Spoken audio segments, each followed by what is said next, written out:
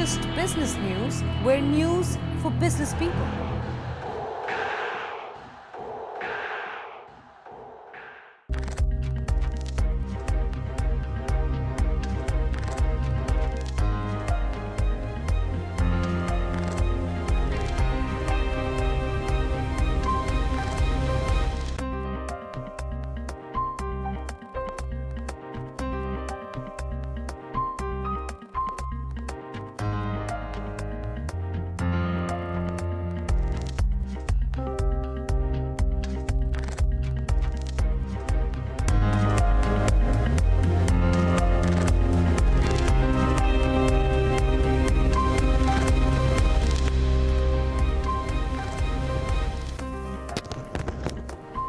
Good morning. You're watching Bloomberg Quint Live, and I'm Doshi.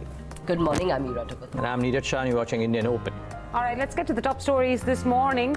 If you were sleeping last night, which I imagine you were doing, the U.S. Federal Reserve at that point raised interest rates by 1/4 percentage point. As expected, it is guided for 3 rate hikes in 2018. By the way, this was Janet Yellen's last press conference. The People's Bank of China, PBOC, follows the Fed and raised interest rates via its open market operations this morning. Tata Communications will demerge 773 acres of land into Hemisphere properties. This was long awaited. Neeraj, you want to take the trade setup? Yes, the trade setup looks interesting simply because the rest of the world is fairly flat, but the SGX Nifty is showing a bit of an uptick now. You would presume that this could well be the case because of what happened in trade yesterday and the day before. We've come off a bit compared to the rest of the world, and maybe that's why a bit of an exaggerated move that is visible early morning trade. Now, it's very important to put this into perspective as to what happened in trade yesterday, because there was a bit of a scare that came in, and for the bulls at least.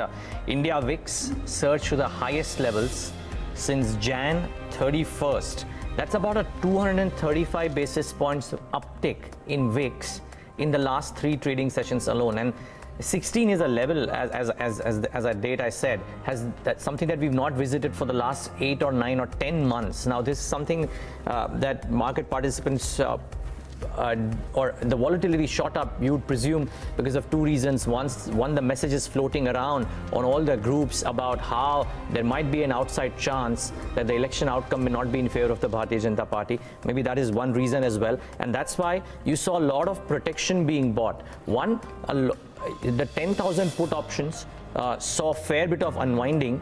If you saw yesterday, the 10,000 put options, there was a huge unwinding and a premium shoot up in both the 10,000 and the 9,900 put options. If you just look at what's happened over the last 3 trading sessions, the Nifty 10,000 December put has gone up 89%. The 1,900 put has gone up 101%.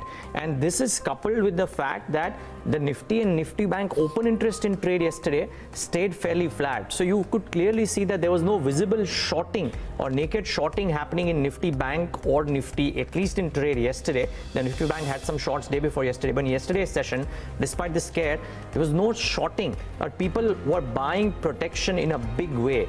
If I could have pulled up the Nifty put option chart, you would have seen that the large portion of the move came in post 12 noon yesterday. From 12 noon to 3:30 p.m., the put options, both the 1,900 and the 10,000 put options, really shot up in trade. So that just shows the kind of protection that people are buying. And it is fairly evident that the market would want to stay light, probably even stay nervous ahead of the exit polls coming out today and then the eventual announcement coming out on Monday. Keep in mind, today is also the Bank Nifty weekly expiry, so that should keep volumes at an exaggerated level. So no great other news, but for the fact that the markets are likely to stay volatile. We may start off about 0.5% higher. Don't quite know how long will that last. I'm sticking out my neck here, not predicting, but I would presume that this uptick may not necessarily last because the markets would probably stay nervous and light ahead of the exit polls today. Stocks to watch, Tata Communication, needless to say, would remain amongst the top stocks to watch out for the demerger of the land parcel into Hemisphere properties. We'll talk about that at length in first word, but I think amongst other things, what this does, and I'm borrowing a line from a note here, that uncertainty around the value unlocking and mode of getting benefit, the minority shareholder getting benefit now gets cleared, and that should propel the stock in today's session, safe assumption. IndusInd Bank, I'm sure Ida would probably want to make a point here, if at all, but RBI has imposed the penalty of 3 crores for the non-compliance of IRAC norms. The last time that has happened to Yes Bank, but it's a different fish altogether. The stock over a period of time corrected quite viciously. Not saying IndusInd Bank will do so, but important to point this out. And 2 mid caps or small caps that I thought were pertinent. S Chand, not for any other reason, but for the fact that its Credit Suisse has just come out with a note.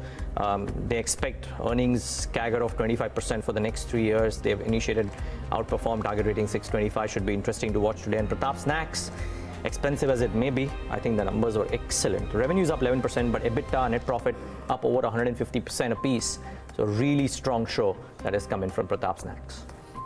All right, Neeraj, let's get to the big news that broke overnight.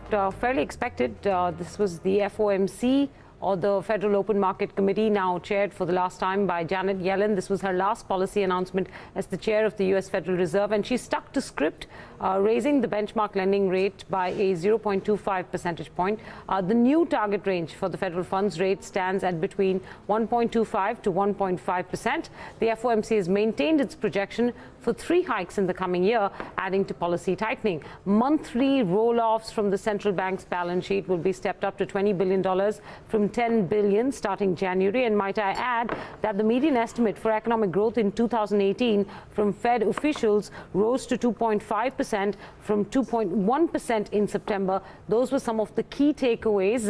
Before we analyze what the Fed did and what it means for global fund flows, here's a quick look at Janet Yellen.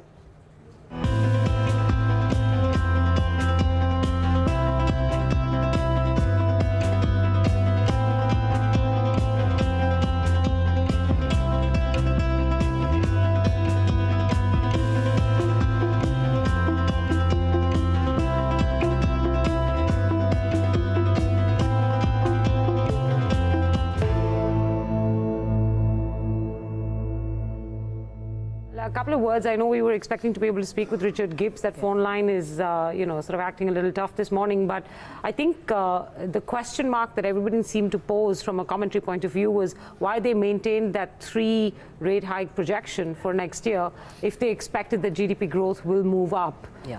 And I suppose the only answer to that is that they've yet not raised in any substantive way their expectation on the inflation front, right? Yes, inflation has continued to underperform, and I think even on the labour market, they made a change in their their language. Instead of saying that they expected to continue to strengthen, they said that it should remain will strong. be maintained. Yeah. So I think there is some amount of caution going into next year, and I think moving the dot plot in a way that suggested 4 hikes in 2018 would have perhaps maybe not rattled the markets, but the markets would have taken note, because I think the Fed fund futures were suggesting 2 hikes. Yeah. So if you'd gone from 2 to a very clear move towards 4, perhaps there was some disruption. And I think, from what I read, this was the, after a while you had 2 dissenting members, instead of... This was. So Neil Kashkari, who's been dissenting all through. Yes. And then there was one more dissenting member when it came to the rate hike. So perhaps the view is not sort of as, across the board, as consensus driven into 2018 as it was into 2017. Maybe one takeaway from this. Yeah, absolutely. Let's get in one more voice on this. How does this tightening impact global markets,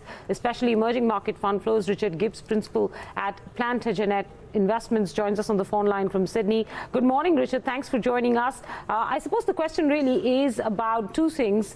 Whether the Fed expects that the tax reforms that the US is undertaking will substantially add to GDP in any fashion, and therefore that whether the projection of 3 rate hikes could become 4. And on the flip side, whether they've got the inflation assessment right or wrong, and whether inflation will underperform or overperform their expectations. What's your take on this? Look, I think certainly after the result of the Alabama election, we have a certainty about the fact that the tax cuts are going to be stimulatory. They are going to be sanctioned by the president, obviously, and the Republicans, because that was a shock for them in relation to the result we saw there in that election. Mm-hmm. So it looks like they're going to go for reducing the top marginal tax rate from 39% to 37%. So that is likely to have a stimulus effect. I think you're right. The risk is now that, this was the third time they've raised interest rates in 2017, but we really do have a risk of 4 rate hikes in 2018 as that stimulus comes into play. One of the things important there, though, will be what that does when that's announced to the US dollar. If we see a drive up in the US dollar, well, that will obviously have an impact on liquidity in the overall economy. On the inflation front, I think the Board of Governors overall is still concerned about this undershooting they're seeing, particularly with the PCE, the Private Consumption Expenditure Indicator, which is their preferred measure. It's only running at 1.4% year on year in October, so well below their 2% target. So I think they're signalling that there's likely to be a predisposition to let the economy run harder for longer as a result of that, if they do get the inflation side wrong and it undershoots even more in relation to that PCE indicator. The monthly roll-offs from the central bank's balance sheet will now increase from 10 billion to 20 billion starting January, that is.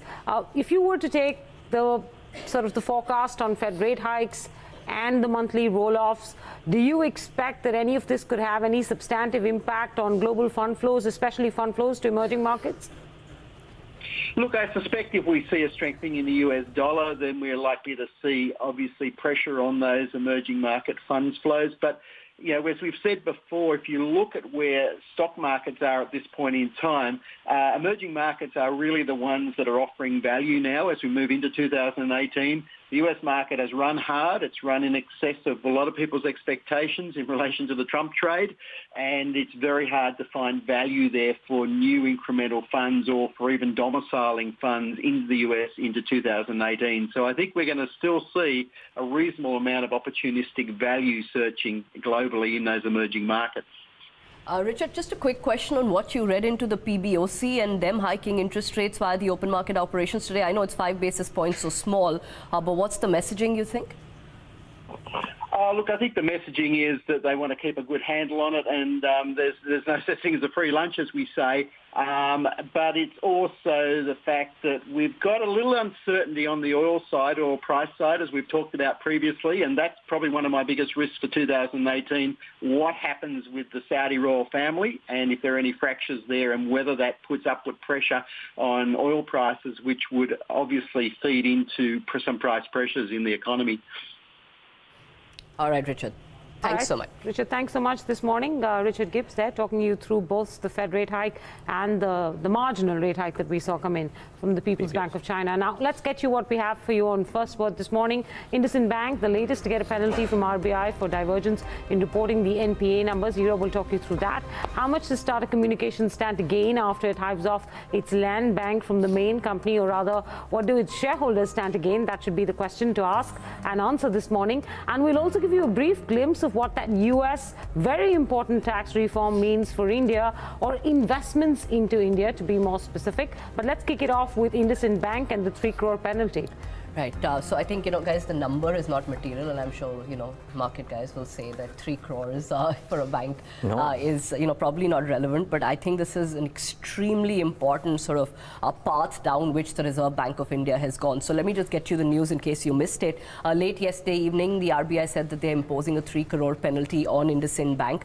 The reason for the penalty is the lack of adherence to certain NPA assessment norms and also the extension of non-fund-based facilities. Now, if you remember what IndusInd Bank had disclosed in their FY17 annual report, they had disclosed that there was a 72% divergence in their NPA number and what the RBI had assessed. So essentially, the FY16 gross NPLs would have been 72% higher as per the RBI's assessment. That would have taken the gross NPL number to 1.5% compared to the 0.9% reported by the bank in FY16. Now, look, at 1.5%, nobody is saying that IndusInd Bank has a high level of NPAs, but what you are seeing is the fact that a lot of these private banks, at least 3 who have been now penalized, are perhaps not adhering to the RBI's norms, the IRAC norms as they're called, income recognition and asset classification norms, in spirit. They may be doing so in letter, but they're not doing so in spirit. IndusInd Bank, is not the first bank to be penalized. Actually, Yes Bank was the first one to be penalized. 6 crore penalty on Yes Bank, but in Yes Bank's case, there was also the issue of that that debit card breach. So the penalty had been imposed on both those counts. IDFC Bank, which got penalized as well, had been penalized for failing to follow loan approval procedures. Now I know, and I go back to the point, that these penalties are very small, but the messaging is extremely critical. Firstly, the RBI has a cap of 1 crore in terms of penalties that it can impose per transgression. So by law, they can't impose higher penalties. But the very fact that, one, they are asking these banks to disclose these divergences, the first time that has happened, and now they're going ahead and penalizing these banks. And Minka, if you remember, when these divergences started to come out, I think you asked me that if these guys were not sticking to the norms, why is there no action being taken against them? Well, that action is now being taken against them. And just a quick reminder of a very strong comment that came from the RBI Deputy Governor at this time's press conference, where he made it absolutely clear that this is not the RBI changing rules, this is not the RBI changing goalposts, this is banks failing to adhere to these norms and not applying them the way they should be applied. So I think this is a move from the Reserve Bank of India towards transparency. Now the question to be seen is that whether this sort of name and shame is enough to keep banks on the straight and narrow, and if it's not, at some point does the RBI need to start imposing higher penalties? Because this is the core of it, right? This is not a transgression on some obscure rule. If you can't follow income recognition norms, then what are you doing? I think this issue has to be beaten down, and I'm very glad to see the RBI taking action. But I think this is a clear message enough. I don't think you need to hike the penalty. I don't think whether you put 3 crores or 10 crores for banks of these sizes, that it would make any meaningful difference. I think the question really is you're sending a message out there as the regulator of these banks to their shareholders, to their stakeholders, saying, hey, look, you ought to know that this entity is not following the regulations as required. And I think that message is loud and clear. Whether 100%. You make it, put it at 3 crores or 5 crores would not matter in any way. It's probably showing, I'm reading this Macquarie note, and I think a couple of weeks ago, IndusInd Bank hired a former RBI official to take over as the chief compliance officer. Apparently, some of the other banks have done so too. Oh dear. And so that is one. And while, I know you said that the market guys will think it's a small penalty, but and again, I repeat, this may not be the same case as Yes Bank, but when this first happened to Yes Bank, eventually over a 15-day period, I think Yes Bank got off by about 10%. I remember that very day when the market opened, Yes Bank was reacting negatively. Eventually, it corrected about 10%. I'm not saying this will happen to IndusInd Bank, but you're right. This is an important thing to take off. Macquarie says this will remain an overhang on valuations, this action. Just, I'm going to make one brief mention of, the PSU Bank bit of news that came in, and late yesterday evening, Corporation Bank disclosed that they are under the Prompt Corrective Action Framework. 8th bank to get into that framework now.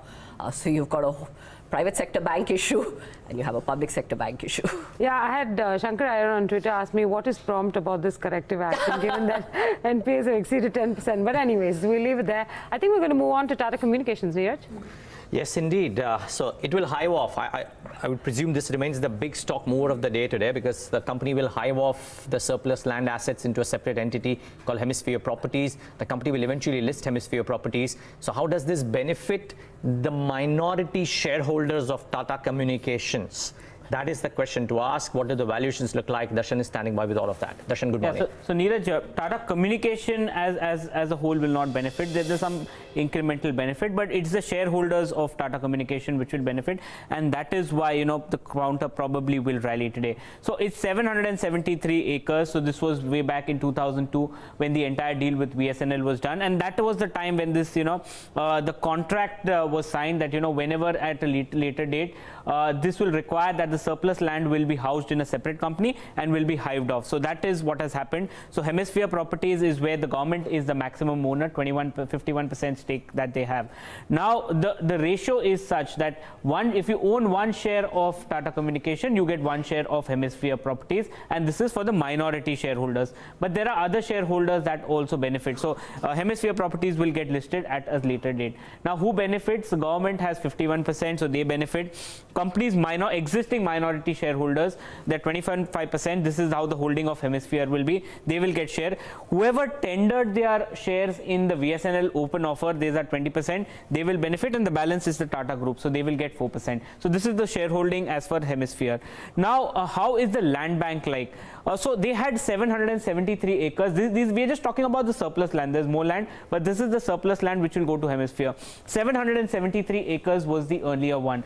Now there was transfer of some land of 32 acres to VSNL Employees Cooperative Housing Society. Half an acre was given to the DMRC for the metro work, and this is important. They transferred 95 acres to the Defence Ministry in Pune.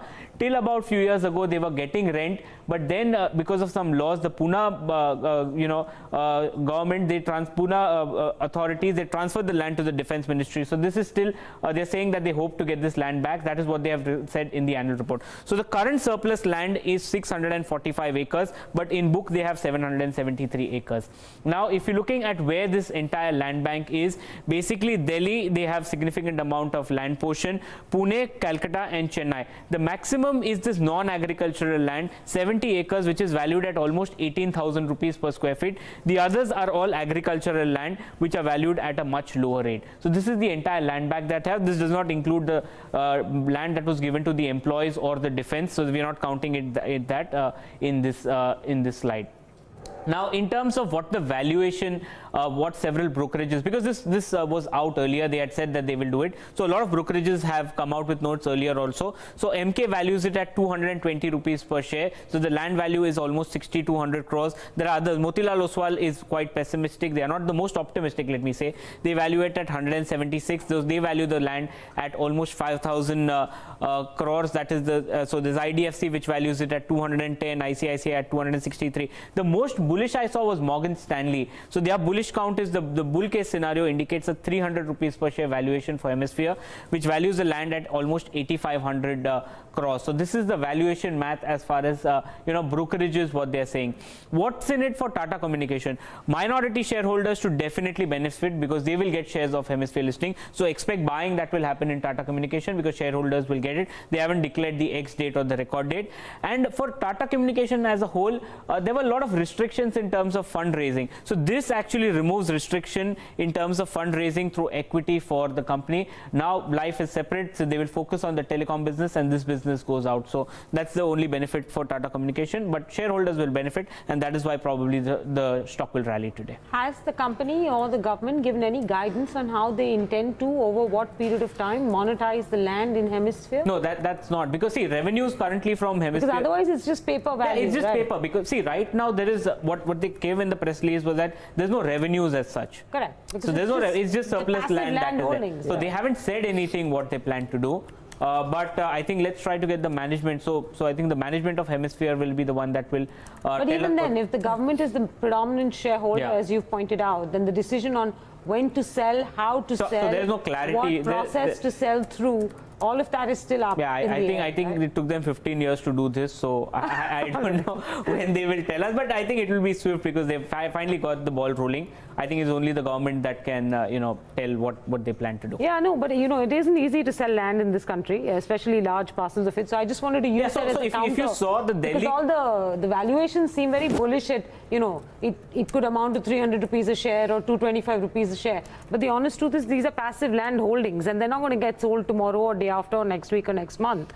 Monetization will take a long period of time. But they may choose not to sell the land lock, stock, barrel, but get into a development agreement. The area parcels, GK is a fairly not if the bulk of it is only the Delhi piece, which is non-agricultural. The rest of it's agricultural. What development are you going to do on it? Convert it into NA and then make it a development possible. So all I'm pointing out is that this isn't like you're sitting on a 100-meter dash to a mine of gold. No, right? It isn't. Yeah, it's a long drawn one. Yeah, it is. Yeah. All right, thanks very much for that, Darshan. Okay, the final piece we have for you on First Word this morning is tax, and it has to do with the ongoing tax reform in the US. I'm sure you've been following that news. It's one of the three key things that President Donald Trump has been wanting to do, has promised to do in his campaign when he fought to be president, and has now undertaken as one of the big objectives of his first year of presidency. We are in fact very, very close to a reconciled bill between what was decided in the House of Representatives and what was decided in the Senate. And what that means in simple English is that by the end of this month and this year, we will have very clearly a signed bill by the President of the United States on the tax reform that's taking place in the US. Why is this important to India? Well, it's important for one critical reason. It changes in a substantive way the way corporations are taxed in the US. And those changes could have a bearing on how now those corporations decide to invest in other countries outside of the US, including in India. So what we've done is try to bring you 2 or 3 key takeaways from this entire situation, so you get a sense of what's at play. Now, as per news coming in last night, based on the reconciliation of the 2 bills, the US corporate tax rate is likely to be reduced from a current 35% to 21% starting 2018. The critical question there is, how would India compare to it, right? Our headline corporate tax rate is 35% plus cess, if I could put it that way. That's usually how I refer to it. But as was pointed out by the Finance Ministry in 2015's budget, the effective tax rate, which is after you take into account all the various exemptions, etc., was about 23% for Indian companies. This is the bulk of the large companies that actually do pay tax. Now, that may have changed marginally because we've seen some exemptions come off, or at least timelines get built on the fact that exemptions will come off. So that 23% may become 25% maybe, or even more. But right now, this is the data we have to work with. So the US will come down to 21%. India will be at 23%. That's the headline number that you should look at this point in time. And that's the effective tax rate in India versus the headline tax rate in the US. What does that mean? This means that US multinational companies headquartered in the US would prefer to make profits in the US because the tax rate is lower in the US as compared to many other countries, possibly even India. This would also impact how they transfer price many of the payments that they make to Indian subsidiaries. I mean, earlier, if you knew that you were getting taxed less in a country like India or any other country, your transfer pricing policies may have been different because you would end up paying more for those services, knowing that that will get taxed in that country at a lower rate as opposed to getting taxed at 35% in the US. Now the incentive to rethink your transfer pricing is higher. Will that change dramatically? No, there are other rules that govern transfer pricing, so you can't just ad hoc change it how you, as you please. But this could have an impact on transfer pricing or how US companies remunerate their Indian subsidiaries, in very simple English. The other big change is that the US is moving to a territorial system of taxation versus a global system of taxation. And what that means in simple English is that so far the US chose not to tax retained profits outside the US. So the profits that its companies made outside the US did not get taxed in the US unless they were brought back. And when they were brought back, they were taxed at whatever the headline rate at that time was, which sort of served as a disincentive to bring the money back. What is the US now proposing? It's proposing a couple of things, basis finalization, that there will be 100% exemption for overseas profits being brought back into the US and distributed as dividends, but there will be one interim measure, which is that when you're bringing these tax profits in, they will be re-taxed at a concessional rate of 7 to 14.5%. So what the US is telling its corporations is, bring the money back. You've been holding it outside the country because you thought that it will get taxed at the headline rate here, and in the US, you didn't want to pay that much tax. We're telling you, bring it back. And if, we'll pay a one-time tax rate of between 7 to 14.5%, and thereafter you will continue to pay no tax as long as this money is distributed as dividends. So that's a critical change in US tax policy, and one to watch out for. The impact of this in simple English is that there is no incentive in retaining profits outside the US, and therefore a bigger incentive to bring the profits back to the US. The third important thing they've done is something that they're calling BEAT, or at least tax professionals are calling BEAT, and BEAT is base erosion and anti-abuse tax. Base erosion, in very simple English, for those of you who don't follow tax, effectively means any country that is attempting to ensure that its taxable revenue does not move outside the country. So you stop the tax base from eroding. That's what base erosion means. What is BEAT? It's a potential 20% excise tax on all payments other than interest made by a US entity to an overseas entity. So if there was a US corporation that had a subsidiary to India, and there was a payment that was being made by that US corporation to a subsidiary to India that did not involve an interest payment of any sort, there could be a potential 20% BEAT excise tax on it, and that tax would not be available for credit. So if there was money paid on that, there was tax paid on that money, the Indian subsidiary could not use that tax paid to offset any credits on tax potential or tax liability in India. What this does effectively is it increases the cost of outsourcing by a US corporation. So in effect, all of this is designed to get corporations in the US to invest in the US, to bring back whatever money they had lying outside the US into the US and to make outsourcing a slightly more expensive, sort of option for US corporations. Effectively, invest in the US, produce in the US, manufacture in the US is the message through this tax reform bill. And what does that mean for Indian companies? Now, I'll just end by saying one thing. I don't think tax is the only reason that people make investments on the basis of which. You go to markets because you believe you have consumers, you believe that there is opportunity there, and therefore I don't think that this is the only determinant, but we'll put that very question to two experts who will be joining us later on Indian Open, Maulik Doshi of SKP Business Consulting and Rupak Saha of PwC India. Rupak used to be the former tax head of GE, so he'll be able to tell us how large corporations will perceive these tax changes and how it will impact their ability to invest in countries like India, if at all. So there you've got it in a nutshell. No, this is very important and looking forward to this discussion as well. But that's all that we have, at least on First Word for the day today. Lots more lined up. Meka's already told you about the tax discussion that we'll have. We'll also talk basic markets with Shyam Sekhar of iThought and talk about the tourism industry and a clutch of other businesses that fall within the purview of Thomas Cook. So Madhavan Menon would be joining in to talk about all of those. But for now, 8:30, let's get in Navneet Saluja to talk about what is the derivative setup looking like for the day. Navneet, good morning. Good morning, Neeraj. Well, the SGX Nifty is definitely suggesting a gap-up opening going into today's session. But I think the most important thing will be if we can sustain the opening highs in the first hour of trade, because yesterday Nifty came off 100 points from its day's high. So let's just take a recap of what happened yesterday. No major build-up was seen for the Nifty December futures. However, the premium has been hovering in that range of 22 to 25 points. Let's also pull up Bank Nifty, which is going to be in focus. Remember, today is Thursday, so the weekly contracts expire for the options, so no major build-up on the future side. However, premium was almost 38 points towards the closing. What can be the range for the expiry? It is between 24,700 to about 25,200 or 300 on the upside, so watch out for that range. The concern for this market so far has been the India Volatility Index. For this week, India VIX has risen almost 17% and it is at really elevated levels. The closing which you saw yesterday at 15.9, that's the highest closing that we've seen since January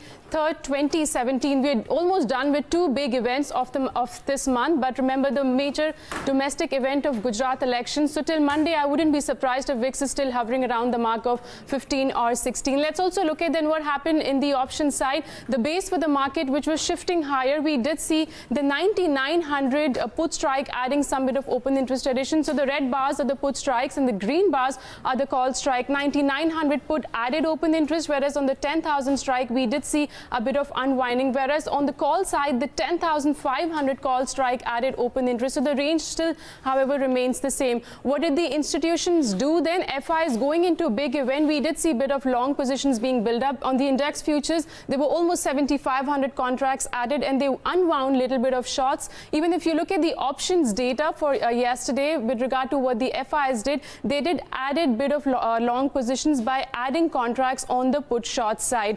In terms of which stock futures to keep an eye on in today's session, watch out for Shree Cement. In a weak market like yesterday's, the stock was up on back of that pet coke news. So on the we did see some fresh long build up coming about. And lastly, also keep an eye on stocks like Muthoot Financial. Now that was the counter which tumbled almost 4% on the stock future side. There were heavy short build up seen. Back to you, Neeraj. Well, thanks a lot for that, Navneet. It's an important day of trade today, tomorrow and Monday. Abhijit Phatak, Director at Definet Solutions, joins us on the show. Abhijit, would it be a prudent strategy to buy some protection ahead of such crucial next 3 days of trade? Good morning, Neeraj. Yes, for anyone who is worried about the results of the election, he can buy, but where it should be bought, that is also important. I think Nifty right now is in a range of 10,150 to 10,300. So if at all anyone wants to buy protection in terms of puts of, let's say, 10,100 or 10,000, that should be at the higher levels of Nifty, so that any dip he gets, I mean, they should not buy the puts at a lower range, near 10,200 or 10,150. That is what I meant.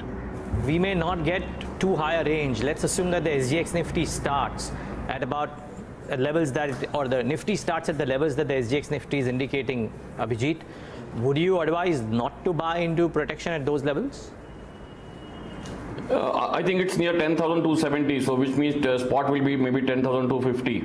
Yeah, I think 10,250, 10,300 is a good place to buy some protection in terms of puts. But to be honest, I still am bullish in this market, and any fall will be bought into maybe after the results, maybe after Monday. But this protection will be only for the results and nothing. I mean, the trend has not changed on Nifty.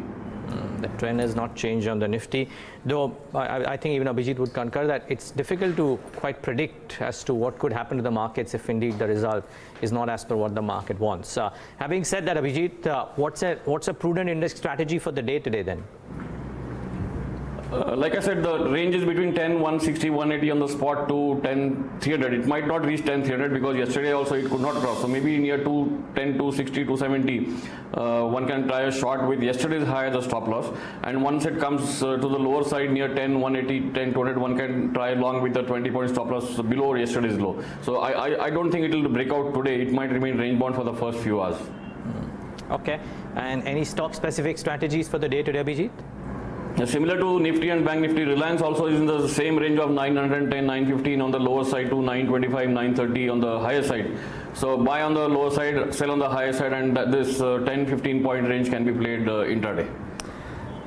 Fair call, Abhijit. We'll leave it at that. Thanks so much for taking the time out and joining us. We'll of course look forward, more importantly, to talking to you tomorrow.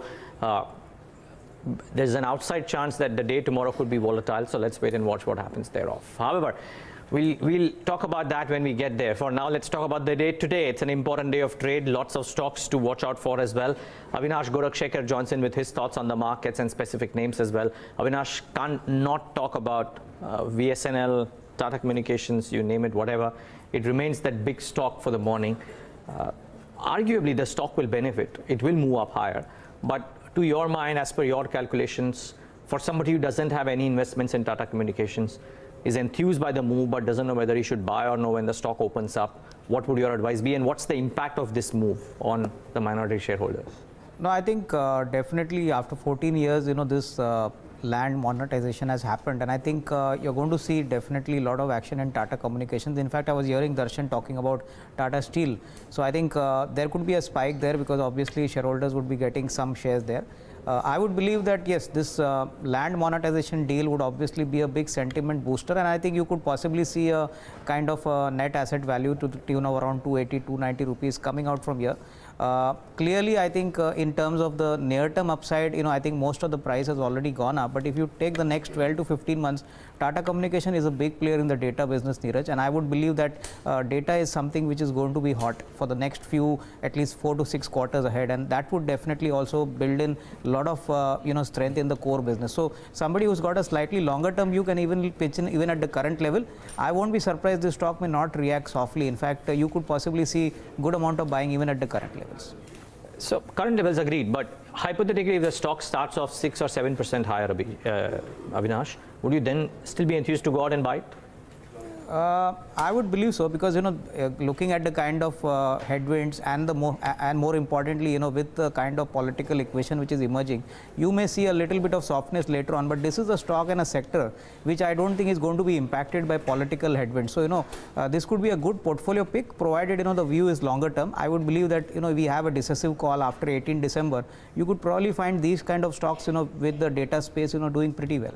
I must tell viewers though, that keep in mind what's happened to Sterlite Tech the last few days, last few months, last few quarters has been pretty strong too. Yesterday too, Sterlite Tech was high. Now, not comparing these two stocks, but just saying anything connected to this whole data explosion space does very well. And for a lot of viewers who don't quite know about the business model of Tata Communications, it's not just necessarily a pure play telecom play, anything but that. In fact, very much connected to the data play as well. We'll talk about more of that with Avinash Gorakshakar, but he clearly believes that it might be a good idea to go out and buy into Tata Communications, even if it starts off 6 or 7% higher or thereabouts, if you have a long-term view in mind. Avinash, stay on. So much more to talk about, but let's talk about all the key stocks in news, the newsmakers, maybe some key brokerage calls. I think there's a very interesting set of reports that have come out on Havells as well post their analyst meet. So our research team joins in full strength to talk about all of those and more. Nikki, Shraddha, as well as Agam. Good morning, all three of you.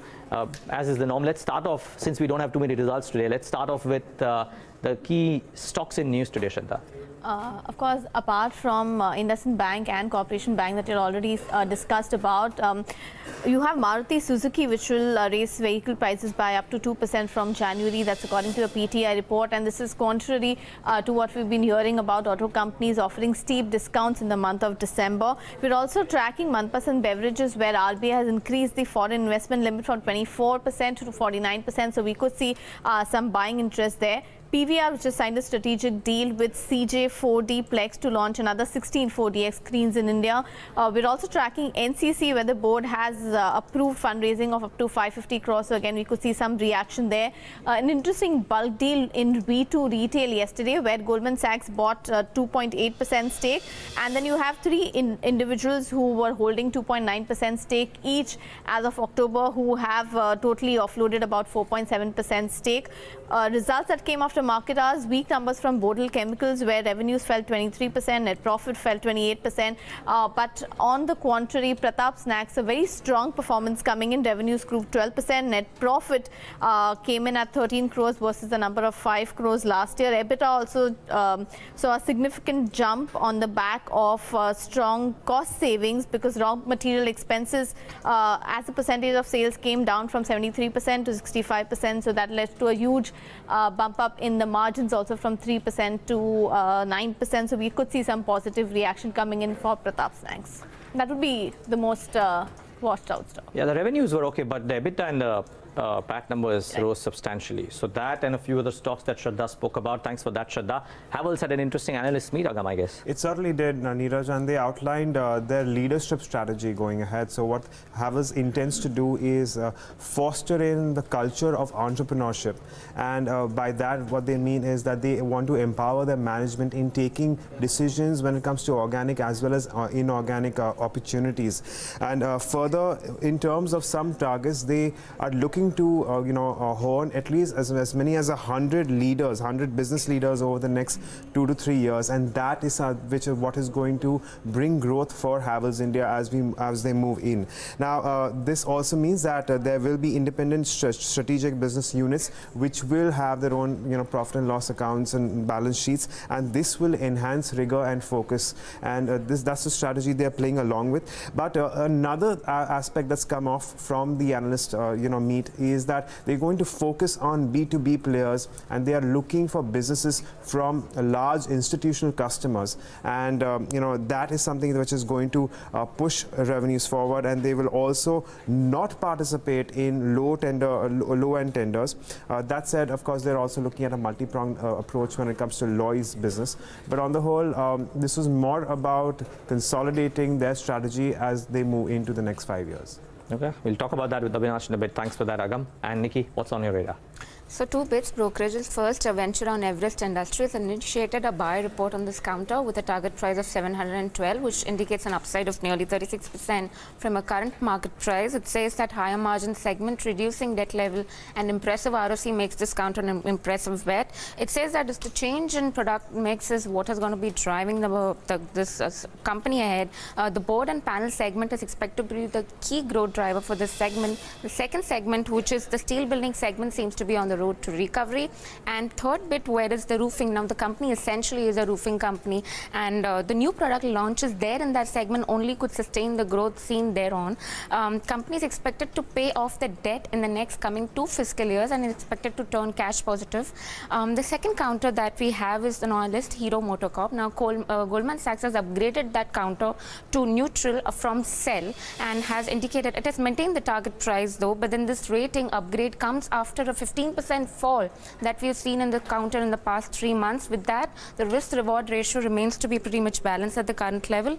The company, the brokerage had put this counter in the sell list back in December 2014, and it says that it remains a prominent play in the rural segment, at least when it comes to executive motorcycle segment, and it says that the new launches going forward will be the key to drive the growth momentum ahead of the company, and it sounds the signs of caution on risk pertaining to failure in launches and a sharp hike in commodity prices along with your industry price wars.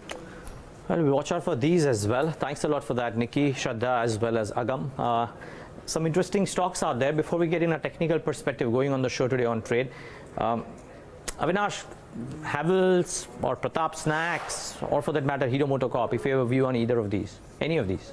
No, I think Neeraj, Pratap Snacks, definitely the kind of numbers presented in the first quarter after the IPO has been very strong. In fact, I would not be surprised that we see a very strong uptick in the stock price today morning.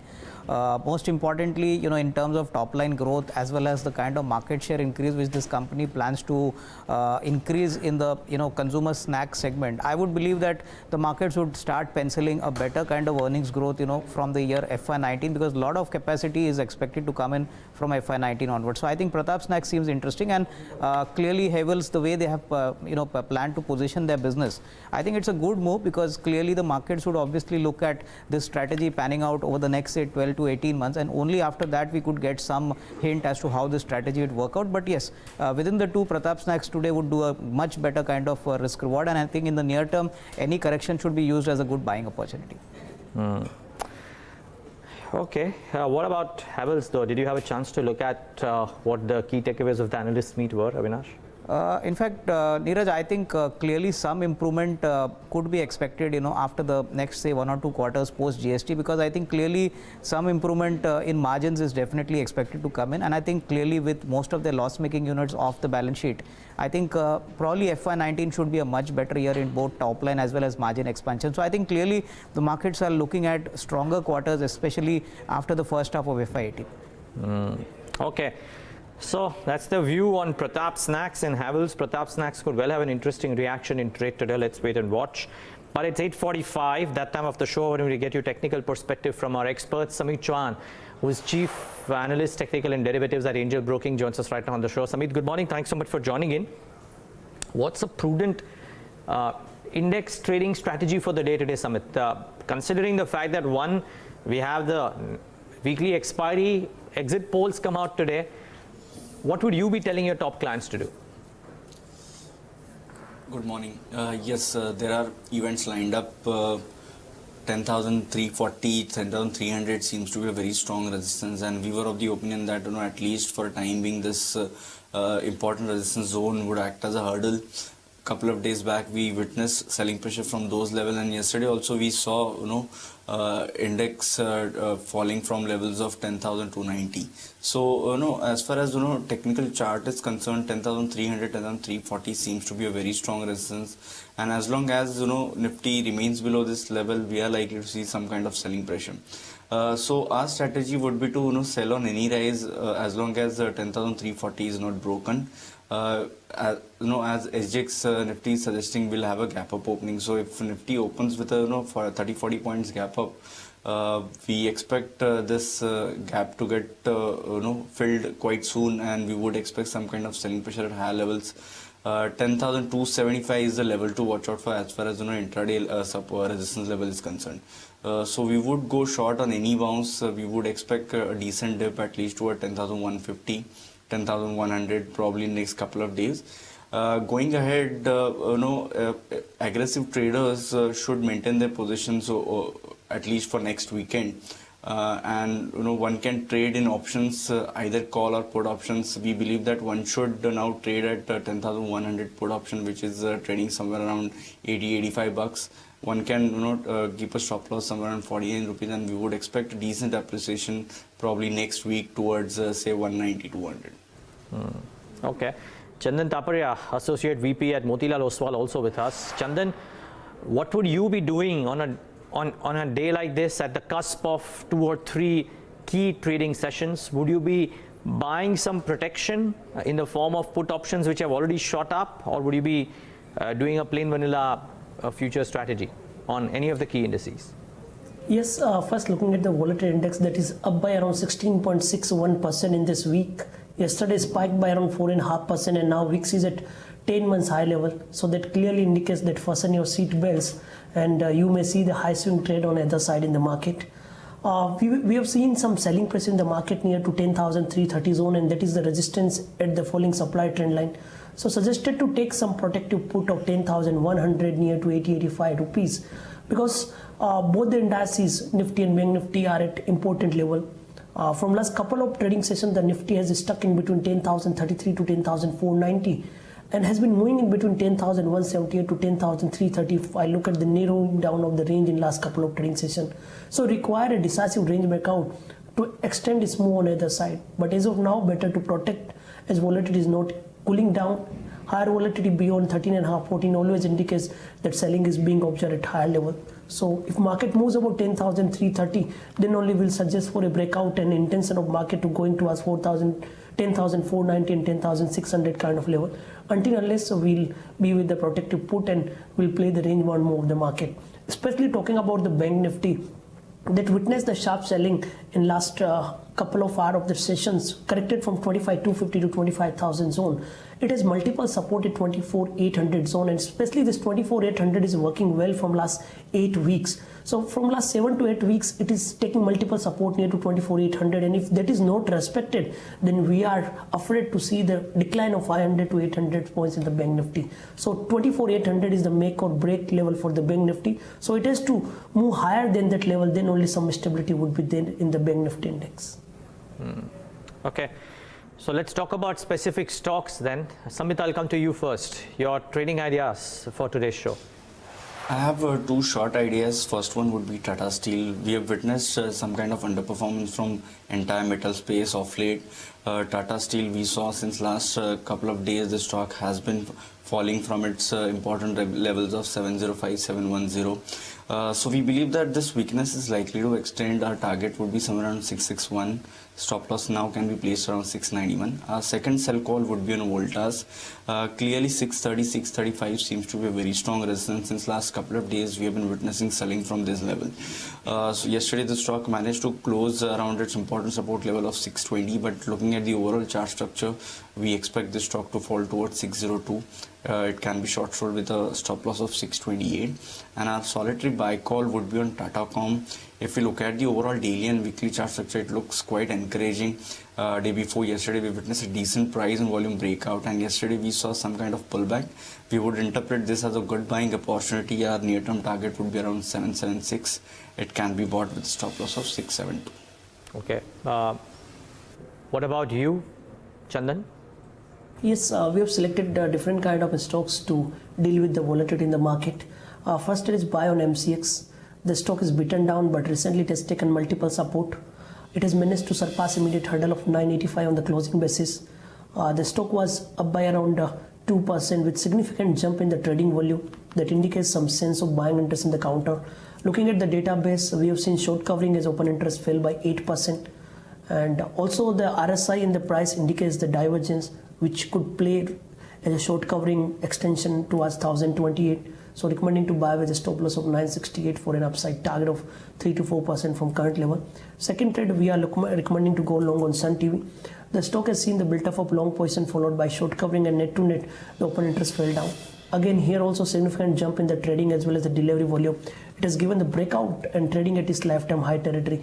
Even after the market correction and consolidation, the stock is holding the gains, forming the positive price pattern. So somewhat strength is visible in the counter. We are recommending to buy with a stop loss of 900 for the upside target was 950. Last trade is on sell on Hero MotoCorp. The stock is continuously making lower top, lower bottom on weekly, daily and the monthly chart. Recently, it has completed its head and shoulder pattern, which suggests a potential decline of 2.5 to 3% from current level. So recommending to sell Hero Moto with a stop loss of 3,500 and looking for a downside target towards 33.33. Okay. Stay on, gentlemen. So much more to speak about. On to our special segment, Bloomberg Edge, where Jayesh Khilnani tells us about a pattern that the Bloomberg terminal has thrown up on Rural Electrification Corporation. Jayesh, what is the RSI indicating? Morning, Neeraj. So the RSI actually, as of yesterday's close, has dipped below the 30 mark, indicating that the stock has now become oversold. So let's have a look at how the RSI actually works. And it's a momentum indicator which measures the price moves, and it helps you to identify overbought and oversold levels. So overbought is above 70 and oversold is below 30, and that is exactly what has happened with the stock of RSI. Now, the interpretation, so you buy when the RSI crosses 30 from below. So this is the first instance where the RSI has dipped below the 30 mark. We'll have to wait and watch when it actually crosses above 30 on its way up now. And you sell when the RSI crosses 70 from above. Now going back to the chart of REC, That's a 6-month chart, and the below panel shows you the RSI. Now, before we zoom into the RSI, have a look at June when the RSI actually dipped below the 30 mark, and then how the stock moved. So it was flat, for some time, and post that it has seen a sudden uptick. The same thing happened in August as well when the RSI dipped below the 30 mark, and post that we saw a sharp rally on the stock itself. And currently also, if we can zoom into the chart right now, so we can see that the RSI, the white line, has actually dipped below the green line, suggesting that the RSI has now become oversold, and it would be prudent to look at buying opportunities for the stock. Just very quickly, Jayesh, have you back tested this? Yes, Neeraj. So it stands at about 20% returns for RSI. Interesting. So trading call there for the Bloomberg terminal on Rural Electrification Corporation. These stocks, Avinash, REC, PFC? No, I think these are typically, steady businesses with good dividend yields, Neeraj. And I think, the markets have always looked upon these companies as, actually proper plays on the power distribution business. I think REC can definitely be looked upon from a slightly longer term horizon, because not only earnings are stable, but the balance sheet is also pretty healthy. I think in terms of asset quality also, the management had clearly mentioned in the previous quarter that going forward, asset quality could remain stable. And I think clearly in terms of incremental growth on the earnings side, a compounded growth of say about 10 to 14% could easily come in. So I would say that it's good for a investor who wants a little less volatile counter in his portfolio. Definitely a good dividend yield play. Okay, stay on. Let's talk about this very interesting note that Nomura has come out with. The report projects a reduction in FI ownership of the Nifty compared to a year ago period. While that is known, the DIIs increase their holding in the Nifty is the more interesting bit. You would argue it's obvious, but the numbers tell a very interesting story, as Darshan is standing by with more details on this report. Darshan. Yeah, so this actually proves that actually the DIIs are going shopping much more than the FIIs. If you're looking at it, this was the scene last year, second quarter. So all the data is at the end of September quarter. So DIIs in the Nifty held 25.2% on the Nifty. It remained there, and now it's reduced to almost 25%. But interestingly, look at the DII buying. It was 11%. So in the first quarter, it moved up to 12.2%, and in the second quarter, they upped their stake again to be almost 12.3%. So that's the view that's coming in as far as the entire Nifty is concerned. Apart from it, these are the stocks in which FIIs increased their holdings. So Bharti Infratel was the one in which a big increase happened from a 35% to a 38%. Bajaj Finance, Tech Mahindra, Tata Steel, Hindalco as well as, so these are the counters. So you can see that metals found a lot of favor among the FIIs. Where did the money go out? So basically pharma is the one where money was coming out. So on the IT side, from a 37% in the first quarter, FI holding has come down to 34%. Lupin has come down to almost 27%. Again, you can see Dr. Reddy's and Sun Pharma. So pharma and IT were the ones wherein FIs were decreasing their holdings. Now, the other factors that you have to watch out for, where DII is bought in. So they are actually buying in some of the counters where FIs are selling. So NTPC from a 4%, they moved up to 7%. Lupin from a 9%, they moved to 12%. And Infosys from a 20%, they moved to a 22%. This is where FIs have actually increased. Where they have reduced, Tech Mahindra, they have reduced their holding in Tata Motors. Tata Motors hasn't gone anywhere. It's pretty much at that level. And here, surprisingly, where FIs were bullish on Hindalco, DII seem to be decreasing their position in Hindalco. Now the other part is what FIIs have been doing and DIIs have been doing in the mid-cap space. So look at that. From an FII perspective, they pretty much remained stable as far as the mid-cap is concerned. From 14.2%, it's 14%. Even the last quarter, it was 14%.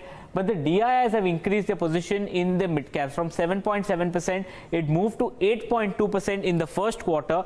And this quarter, in the September quarter, they moved to 8.6%. So there is clear evidence of DIIs buying into the mid-cap stocks. Now let's take a look at which are the stocks that they've bought in. Interglobe Aviation, RBL Bank, Indiabulls Real Estate, Jubilant Food and Bata India. These are the counters in which the data indicates that there has been substantial increase by FII holdings in the mid caps. Where have FII sold? JSW Energy, Bharat Financial, CESC, Ipca Labs and Apollo Tyres. This is where the FIIs have sold. But more interestingly, where the DI holding has gone up significantly, that is something that will give us an indication of which are the stocks that So, but overall, you could see that FIIs have been rather stable or decreased holding, but it's the DIs that have increased their position significantly on the Nifty stocks as well as the mid cap stocks. Okay, some interesting names there. Some interesting names wherein while the FI holdings would have fallen, but the stocks have done very well too. Thanks a lot for that, Darshan. That's an interesting clutch of names to watch out for. We'll discuss these as well. We have less than a minute and a half for the pre-open rates to kick in. Very quickly, just an initial thought. We'll discuss the rationale in a bit, but Avinash, every time you join us, we press you for names. It could well be a reiteration of an earlier idea, but if you want to give out a name today, it's tough times because the markets have a outside chance of falling as well. No, in fact, Neeraj, I would prefer to back a frontline large cap stock from the auto component space, Bharat Forge, because here I think the business dynamics are pretty strong. Although political headwinds, the way they are panning out, there could be some bit of volatility, but this is one stock which could give a big positive surprise, not only in the short term, but in the medium term, 6 to 12 months, because the earnings story is going to be extremely strong. So Bharat Forge could be looked at. Okay, now why Bharat Forge is something that we'll discuss with Avinash once the pre-open rates are done. But Avinash believes Bharat Forge is a good idea to enter into, even in today's session, if you want to deploy some cash. Might be prudent not to. You can wait for 2-3 days, but hey, you never know. You can't time the market ever. This is what the markets are likely to do today. We'll start off higher, but the SGX Nifty was up about over 0.5%, now just 1/3%. And remember, the rest of the Asian markets have corrected. This is what we are doing in the pre-open session. I just also want us to show what the rest of the world is doing today. Keep in mind, we may be showing an inflated number on the SGX Nifty because we fell yesterday and are up today, but the rest of the Asian markets are really not gung-ho. And it promises to be a volatile next 2 or 3 sessions. So be very careful if you're trading on the long side. Let's bring up some big movers. IndusInd Bank should come up. Potential movers, let me put it that way. Tata come up 10%, not surprised there. It could well be up 5%, 7%. Let's wait and watch. IndusInd Bank not showing any kind of major reaction. Let's wait and watch if there is a further reaction or no. Yes Bank had an interesting reaction when the similar action was levied against them. Let's wait and watch. Yes Bank today is a separate thing, but I'm talking about when Yes Bank got an action levied sometime earlier. S Chand, Pratap Snacks, Oberoi Realty, 3 stocks that I thought could be interesting. S Chand is up. Pratap Snacks is up 17% in pre-open. The first 1 minute, now 6%. Yeah, 17%. Probably may be a bit of an exaggeration, but hey, the EBITDA performance has been very, very robust. The PAT performance, 150% jump both in EBITDA and profit after tax. Revenues up 11%. Pratap Snacks could be an interesting stock more too. Lastly, Oberoi Realty, Motilal Oswal has come out with a note, and let's see if that stock is reacting. May not be 4% really, but let's wait and watch. The index though, very interestingly, is showing signs of strength after the first 1 minute, so about 1/3%. Let's wait and watch if that indeed stays true. Remember, just one quick thing that I wanted to highlight, and we'll take Sameet's and Chandan's view on that. The last 2 days, the Bloomberg terminal has thrown up interesting price patterns on both Reliance Industries as well as HDFC. Indicating that maybe in technical parlance, these stocks could well see some upside. Now, these are heavyweights, and if the HDFC Twins and Reliance were to hold fort, then that could limit the downside, if at all. Though, keep in mind, if indeed the markets were to go down post-exit polls, nothing will salvage that. But let's wait and watch. Before we move on to our guests back, let's get in Saloni Dhanuka, who joins us with the big brokerage calls of the day. Saloni, good morning. Good morning, Neeraj. So on brokerages, first up we have Motilal Oswal on Oberoi Realty. They have initiated coverage on the stock with a buy rating and a target price of rupees 580, which suggests a potential upside of approximately 28% from the current market price. Now, Oberoi Realty is a Mumbai-focused premium real estate developer with presence in the residential, commercial as well as hospitality segments. The sharp focus on delivery of quality products has helped the company create a strong brand over the last 20 years. Now they believe that the company will be a key beneficiary of the consolidation phase that is currently going on in the real estate space post RERA implementation. Also, company's recent foray into affordable housing should help it enjoy some tax incentives according to the note. They believe that companies' low debt levels could provide ample opportunity to acquire large land properties in Mumbai for Oberoi Realty, and hence they expect its revenue and net profit to grow at a CAGR of 47% and 56% respectively over the next 3 years. Now they also expect strong cash flow visibility for the company for next 10 to 12 years from their ongoing as well as planned projects. Now according to Motilal, the bull case target price for the company stood around 638 rupees. Now second up we have Credit Suisse on S Chand. Now they have initiated coverage on the stock with an outperform rating and a target price of rupees 625. S Chand is the largest player in publication market in India with a strong track record, and it is the leading player in the attractive Indian education content market, and hence they expect revenue, EBITDA as well as EPS to grow at a CAGR of 14%, 13% and 25% respectively over the next 3 years. They also expect that lower borrowing cost will accelerate EPS going forward, and growing large and young population in India along with growth in private sector schools as well as increasing share of education in consumers' discretionary budget remain some of the key positives for S Chand. Neeraj. We'll watch out for these. Thanks a lot for that, Saloni. Any thoughts here, Avinash? S Chand or Oberoi? I think Oberoi Realty definitely deserves definitely a good premium re-rating. I think within the real estate pack, I think they have got a very strong balance sheet, and I think the kind of projects they are executing, Neeraj, the visibility on both the top line as well as profitability is pretty solid. I think considering the fact that they had actually done very well even when others were struggling, I think this is one premium play where possibly one could take a strong positional call. I think it's not a F&O counter, but clearly I would believe from a portfolio kind of addition, any decline possibly could be a good opportunity. This could give a good return, say, over the next, say, 18 to 24 months. Keep in mind, the stock of the day, though, could well be Tata Communication. It's still locked on a 10% uppers limit. 5 minutes into the pre-open session, 766. I don't know if people get a chance to buy or no once 9:15 happens or once the markets start trading, but do watch out. Tata Communications could well or arguably will turn out to be the stock of the day. The 1% beverage is not doing too badly either. The FI limit numbers have been eased, and that stock is up about 4.5% in trade today as well. Do watch out for all of these stocks. Tata Communications clearly the top draw. Avinash, I repeat this question for people who tune in right now wanting to know whether they should buy into Tata Com. 10% higher, may actually be even higher. What do you do here? Would you go out and buy? I think Neeraj, clearly, there's no need to rush in to buy, but yes, I would believe that after a pop-up of 10%, probably you could see a little bit of consolidation, a little bit of softening.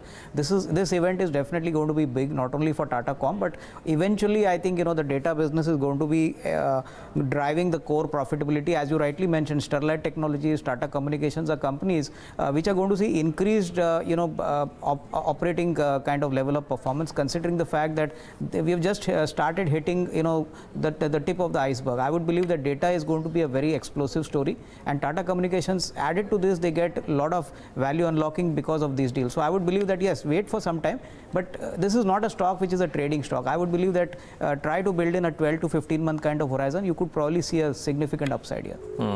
Okay, we'll watch out for these as well. By the way, let's get in Jayesh Khilnani, because he these days gets us some very interesting insights into what mutual funds are doing. And HDFC Mutual Fund has increased its position amongst other stocks in Edelweiss, Financial and NTPC. But that's not all that we are trying to tell you, or what Jayesh is trying to tell you. He joins us with the complete list. Jayesh, good morning yet again. Morning, Neeraj. So interestingly, what has happened is that the equity assets of HDFC Mutual Fund have now surpassed ICICI Prudential. So the equity assets for the month of November stood at nearly $19.6 billion, and ICICI was at about $19.2 billion. In terms of the financials exposure, they hold more than 30% of their portfolio in that sector, while industrials command the second highest weightage, which is just about 16%. In terms of what they bought and sold for the month of November, have a look at, you were mentioning Edelweiss Financial. They increased stake to the tune of more than 1 crore shares. NTPC and Infosys really stood out for me because Darshan was also talking about from the Nomura report that DIIs have increased their stake. So NTPC, they added 1 crore shares, Infosys about 28 lakh shares.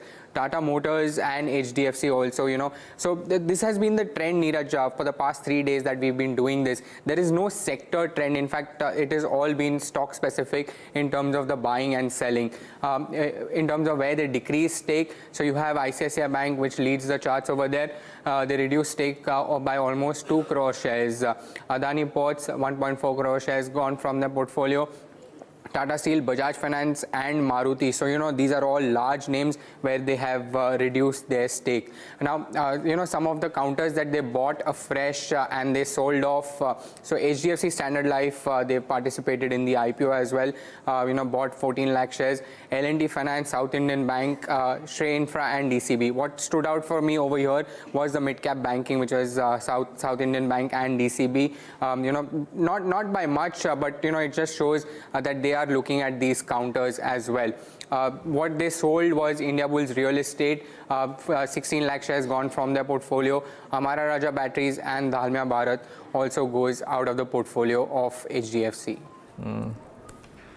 Thanks. Those are some interesting stocks to watch out for as well. Edelweiss Financial amongst others. A lot of people are piling onto that stock. But pre-open rates have settled. Let's quickly tell you what the pre-open rates are suggesting. We will have a start which is likely in the red, the Nifty 50 about 1/3%. Sensex not showing as bright a start, but could have a start in the green. And bring up Tata Communication, bring up IndusInd Bank, and bring up Manpasand Beverages. These are 2 or 3 names that you should be watching out for with a close eye. IndusInd Bank not reacting at all to that signal from the Reserve Bank of India. Manpasand Beverages reacting 4.5% to this signal from the Reserve Bank of India as well. Couple of stocks though, as I said, that we want to ask our technical experts. Firstly, Sameet, to you, HDFC, can it shoulder any kind of market fall? What do the charts suggest? I'm not sure about it. It has been consolidating of late, wherein 1720, 1725 seems to be a very strong resistance, and support seems to be around 1640. So we believe that this is consolidation phase, and this stock is likely to consolidate a bit. At higher levels around 720, 725, you would see some kind of selling pressure coming in. Okay, so maybe some selling pressure at higher levels, but Sameet doesn't believe there is a case to buy this. Chandan, what about Reliance Industries? See, what I believe that these couple of names like HDFC, Reliance are somehow holding the gains, and decline is being bought, what I observed in last 2 to 3 trading session. Talking about the Reliance, on weekly chart, it has been respecting to its rising support trend line. It has been consolidating from last 3 trading session, even after the decline of around 120 points in the Nifty from higher level. So overall, it has support near to 900 zone. And if it manages to hold about 925, 930, then it can hit the new high towards 960 kind of level. So probably the consolidation, if emerges as a breakout, then it could add more momentum to hit the new high territory. So overall, as of now, suggest to be with the long side by putting a stop loss near to 900 zone. To stay on the long side, but has to break some crucial levels to move up higher is Reliance in Chandan's view. Okay, we are minutes away from market open. Let's tell you all that you need to know to stay ahead in trade today. Atlas Cycles, JBM Auto, Lovable Lingerie amongst other mid caps and small caps that will report their results in today's session. Tata Communications to transfer surplus land to Hemisphere Properties. Hemisphere Properties to be listed on exchanges. The stock 8.5% higher. Goldman Sachs buys 9.5 lakh shares or 2.8% stake in V2 Retail at 502 rupees a share. The stock starting off a couple of percentage points higher. 3 initiation reports today. Credit Suisse sets a price target of 625 on S-Chand. Motilal Oswal sets a price target of 580 on Oberoi Realty. That stock is up 4%. And Ventura sets a price target of 712 on Everest Industries. That stock too is up 3.5%. And IIFL, Blue Star, Crompton Greaves, Pidilite and Manappuram Finance slated to meet institutional investors today. Watch out for some of these. Lastly, Pratap Snacks reports a very strong Q2. The stock up 9%. Bodal Chemicals, a weak quarter, and that stock has corrected today, 3.5% down. Okay, on that topic, Pratap Snacks, we spoke to Avinash Gorakshakar at the start of this discussion, revisiting Pratap Snacks, up 9% though today, Avinash. Is it pricing in the gains from this splendid quarter? No, I think, Neeraj, I think there's no hurry to go and buy it, but I would believe that, this is one stock which is now caught the fancy of most of the larger funds, the HNIs, and I don't think you're going to see a very deep correction. I think the markets would now be looking at a very strong growth from FY19 onwards when the expanded capacity actually comes in. So probably I think if a dip comes in for whatever reason, I think it should be used as a good opportunity to actually accumulate this stock. I would not be surprised that, once the election headwinds clear away, these are stocks which would obviously figure out in the mid cap list, which I think most of the funds are now following quite closely. Okay, they are chalk and cheese, Avinash, but a very quick thought. Somebody who doesn't have too much money wants to invest in one stock. Today there are 3 stocks in news. You're bullish on Tatacom, you're bullish on Oberoi, you're bullish on Pratap Snacks. If you were to choose one of these 3. I would definitely look at Pratap Snacks, because here the earnings trajectory could be 25-30% over the next, say, 12 to 18 months. So here is one stock where possibly, liquidity is also limited in the stock. I think the kind of top line and the kind of margin expansion and plus, the absolute gains in the bottom line, this is one stock which could possibly be not only be in the buzz, but in terms of the balance sheet and profit growth, one could definitely look at Pratap Snacks as a better option compared to the other companies. Okay, less than 50 seconds for market open. Quick 10-second answers from our experts. I would request you, Sameet, to you first, your top call for this morning. See, Neeraj, I wanted to stay with Tatacom, but the way pre-opening session is suggesting, I would have been comfortable somewhere around 720, 725, but not at 750. One should hold on to it, but fresh buying is not advisable. So I would rather pick Tata Steel. One can go short for a target of 661, stop loss at 691. Okay. Chandan, so Tata Steel is Sameet's top call. Chandan, what about you? Maybe for an upside target was 955. Sorry, which is the stock, Chandan? Sun TV. Okay, you would buy into Sun TV today for an upside target of 955, if I'm not wrong, is what Chandan said. Gentlemen, thank you so much for giving those calls. Just stay on. We'll take in your opening thoughts once the market opens. But the market is opening, and let's quickly tell you how the rates have started off this Thursday morning. Very important day of trade today, prior to some key events. Starting off about 1/3% higher. Don't be surprised though if the gains get given up. No cool off, no big surge either. Status quo at about 1/3%. The mid caps and the small caps, I reckon, would also be starting off on a similar note, marginally in the green, but status quo. But too early to say. Let the rates settle down a bit. The heat map, and let's see how's the market started off. A lot of green on the screen, not bad at all. Vedanta, ONGC, GAIL, a clutch of these commodity names seem to starting off okay. Not too many losers. I think that is the salvaging point for the market. There are only 5 stocks in the red and no big losers. I think that's the key. But have to start off with Tata Communications on the wall before we get to some other stocks. And let's just get up Tata Communications here and see what that stock is doing in the session today. In the pre-open rates, Tata Communication was up 8.5%. 5.5%, so no exaggerated reaction out there. 735, that's not bad. Maybe, just maybe. We'll ask Avinash about whether he'll buy it now or no. But 736, no exaggerated reaction. A muted 6% So no 10%, 15% moves really for Tatacom in the session today. What else? A clutch of other names. IndusInd Bank, I just want to start off with that. It's not reacting too much. RBI has imposed that penalty. The situation was very different for Yes Bank when the penalty came in. For IndusInd Bank, it's okay. Just about 0.5% of a loss, so no big cuts that is coming in. Bring up some of the other stocks as well. Chand, I thought, should be brought about because of the Credit Suisse report. Normally when this brokerage comes out with the note, the stock tends to react. 5% up for Chand in the session right now. Seems to have hit that upper circuit limit. Maybe I'm wrong, but seems to have done that. Pratap Snacks, a very strong Q2, and that stock too, about 7.5%. So cooling off a little bit from the levels that it was trading at in the pre-open session, but still 7% is nothing to scoff at. Last but not the least, I just want to see what 1% Beverages is doing, up about 5%. Not bad going. I'm sure there are a bunch of other stocks as well, but just before I get into them, quick opening thoughts from both our technical experts before we let them go.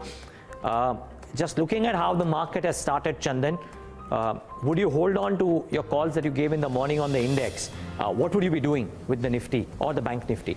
See, Nifty still is in range. Both the indices are in range. As I mentioned, that 10,178 would be the crucial support for the Nifty, and 24,800, 25,000 could be the crucial support for the Bank Nifty. But stock specific action is likely to be there. Continue to be bullish on Sun TV and MCX, which I have recommended. Okay, what about you, Sameet? Any thoughts on either the indices or any of the stocks that you may have spotted in the first few minutes of trade? By the way, Tata Communication is starting off only 5.5% higher, Sameet.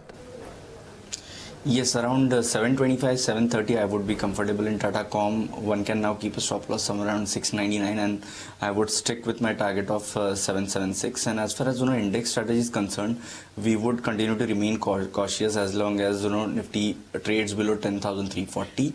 Any bounce back is a selling opportunity according to us. Any bounce back is a selling opportunity. By the way, the Nifty too, while it was trying to show a bounce, has cooled off completely. Sameet, Chandan, I'm sure you guys have busy days, so we'll let you go on that note. Thank you so much for being with us this morning on Bloomberg Quint. Well, those two important voices on the trading front. Avinash, before we let you go, I'll repeat the same question. It's difficult to take a call on the index right now, but Tata Com, 5.5% higher.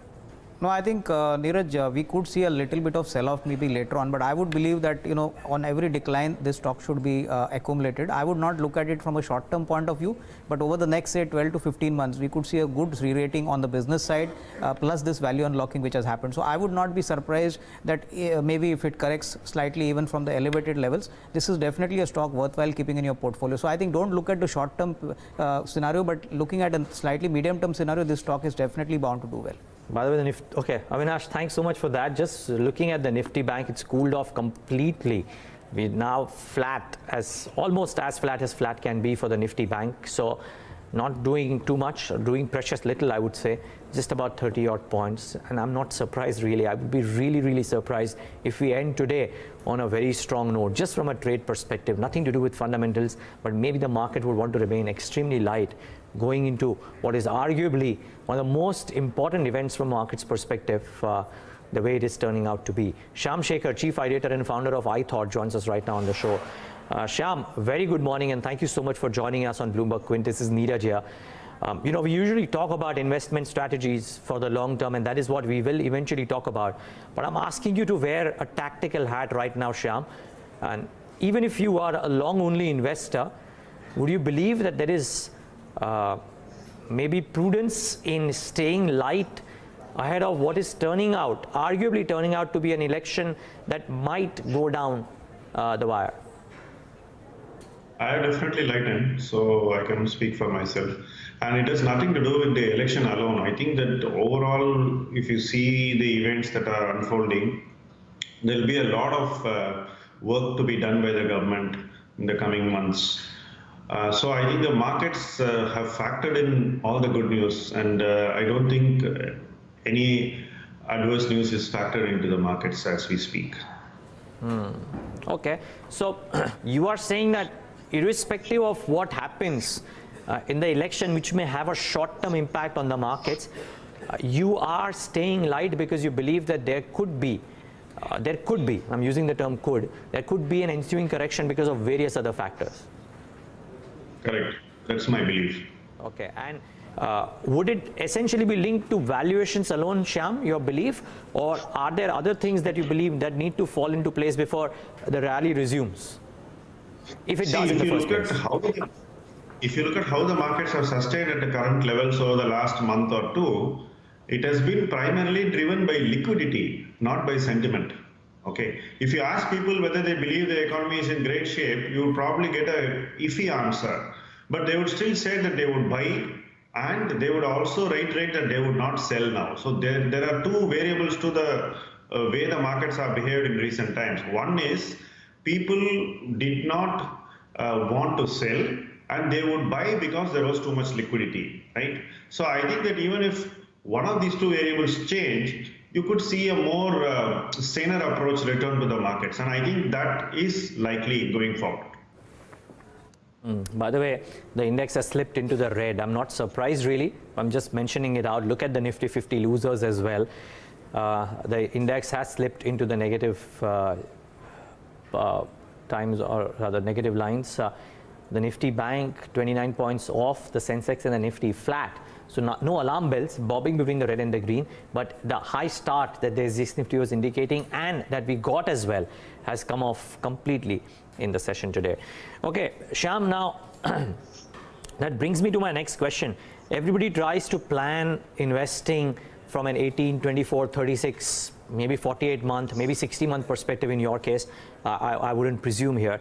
But if indeed that's the kind of investment horizon that people should have, what should people do? Either now or if a correction comes about, as you are saying, let's assume that there is status quo on almost all things or all concerns that we're talking about, and therefore there is a correction. I must add that a bunch of foreign voices that we're speaking to off late are saying that they prefer a clutch of other emerging markets which are cheaper compared to India, so that foreign money may not come back in a rush as well.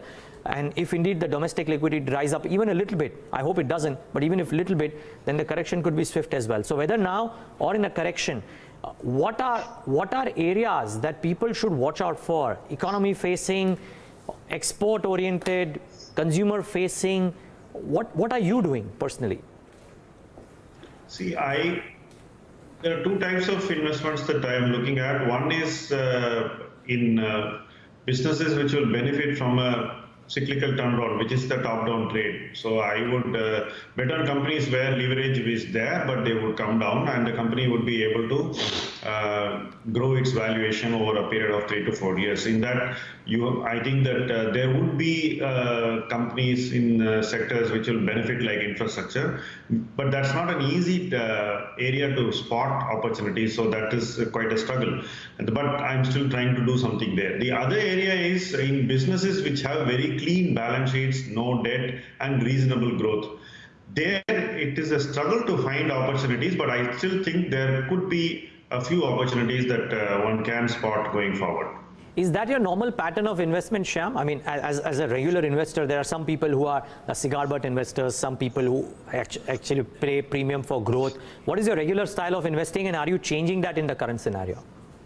No, my risk appetite is limited, and I'm also an investor who reads and invests, not reads and invests. So when you read and invest, you're limited by not having perspectives which somebody who is a meet and invest investor has got. So therefore, I only have a competence to invest in businesses where I am able to read the present and future reasonably. So my area of investing, my domain is rather restricted. So I'm not able to bet in companies which are where you need to be constantly engaging with the management to be updated. So most of my investments are only these kind of investments where I can buy and hold and not really worry too much. Like, if the results have come yesterday, I would have probably not seen the results for 4 days. I mean, I can only buy such businesses. I don't have a competence to, have this 24/7 monitoring. On the other side, I like the top-down trade because there are a lot of structural stories where we can buy and hold. So that is where the commodities and some of these things come, where you are able to read certain trends. But that is only a small component of what I do. But I still enjoy that because, yes, there is some excitement in buying such businesses and holding them through transformative change. But this is broadly what I do. The reason I asked that, Shyam, is because I believe you've mentioned to us that 2018 asset allocation will need to be relooked into. What do you mean by that? Yeah, I think that this trade from fixed deposits to balance funds is a ridiculous thing for an investor to do. And I think that is largely the fuel for 2017's equity exuberance. I believe that we have not guided people properly, and the policy has been slow to react. Given the opposition towards the changes in the FRDI bill also, I expect the government to correct this in the next budget through some changes which will not force a risk-averse investor to invest in equity. I think that asset allocation change will happen post-policy. And I'm expecting that we will see very decisive changes in the budget on this area. So those who have come to equity because fixed deposit returns went down, I think that trade will come to a halt in 2018. That's what I expect. That wasn't a legislature which led people to do that, right, Shyam? Why is the opinion that it was the wrong trade to move out of fixed deposits into balance funds? See, most of the people who have moved from fixed deposit to balance fund don't even understand what risk they are taking. I'm asking a simple question. Let us say you have an inflationary spiral in 2018. Then the government, when it moves to battle inflation, will be forced to raise interest rates. I mean, RBI will be forced to raise interest rate, right? Then the original reason for people to shift away from fixed deposits to equity does not stand. The second thing is, if the taxation on equity changes and long-term capital gains is brought on par with other asset classes, which I think the government seems to be moving towards, then again the reason for people who are risk-averse to invest in equity doesn't exist anymore. I think retirees putting all their FD money in equity is quite ridiculous, and I am quite concerned about this. But I don't see that concern among various market participants, but that is something that is definitely going to come to hurt, and that's why I'm saying that this asset allocation in 2018 for a lot of people will change. When I say a lot of people, I mean people who are usually those who rely only on fixed deposits for their livelihood. Interesting thoughts. Shyam, maybe someday we'll do a discussion with people who are on the other side of the trade as well. It'll be very interesting to do that. But last couple of questions really from my end. One is what's happening to themes? And I thought I would pick up two themes and talk to you about them. One is this whole data explosion theme, and we've seen that playing out very beautifully for a company called Sterlite Technologies. Do you presume that companies in this pocket, wherein a lot of people believe we are only scratched the tip of the iceberg, and the runway is fairly long, would stand to benefit over 3, 4, 5 years, irrespective of what happens in a particular quarter or two? Definitely in businesses which are early stage businesses, one has to have a lot of patience to get returns, and one has to have a very sharp understanding of how the future will pan out, and that understanding should play out. You know, we should not be dreaming about what will happen, because in many cases, like in 2000, we thought that dot-coms were forever, but it didn't work that way. So we have to be careful in choosing companies which have revenue models which will grow into profitable, sustainable models.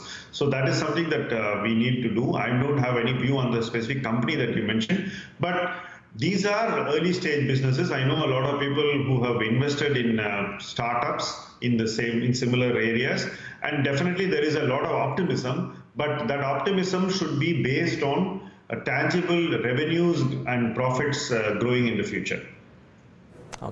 Okay, Shyam, so let me rephrase my question. Within the listed space, where is it that you find early stage opportunities in a market like this? No, this is a mature market, so to look at early stage opportunities in this market, I don't find too many early stage opportunities in this market. I think the market is fairly mature, because there's intense competition among investment ideators for opportunities. So I think that most of the ideas have got taken. So I would think that one should keep looking at businesses and just wait for the valuations to come into a zone in which we feel comfortable to invest. And so it's a kind of a waiting watch that is what I'm doing now. I don't really find too many opportunities where I would rush. One potential space where these opportunities could come into play is in the logistics space, especially in the food chain. I think there you could see a lot of opportunities come up. That is one area which I am closely looking at. But I don't find any investments that are really screaming at me to take a significant position in my portfolio. Okay, so food supply, logistic companies could be an interesting area to look at as well. And excuse me, Shyam, I didn't mean to ask you about whether an early stage idea would exist, maybe a couple of themes that could be there. Let me ask you at least one final question from my end, and that is whether you believe infrastructure stroke real estate are at the start of yet another cycle. It's a mature market, well-discovered businesses, but have been through terrible times. Are they restarting a cycle of sorts? And would that be a pocket that you would actively look at in the event of a correction? Infrastructure, definitely yes. Real estate, definitely no. Infrastructure, yes. I think infrastructure will see a lot of opportunities coming up our way, but real estate, definitely not.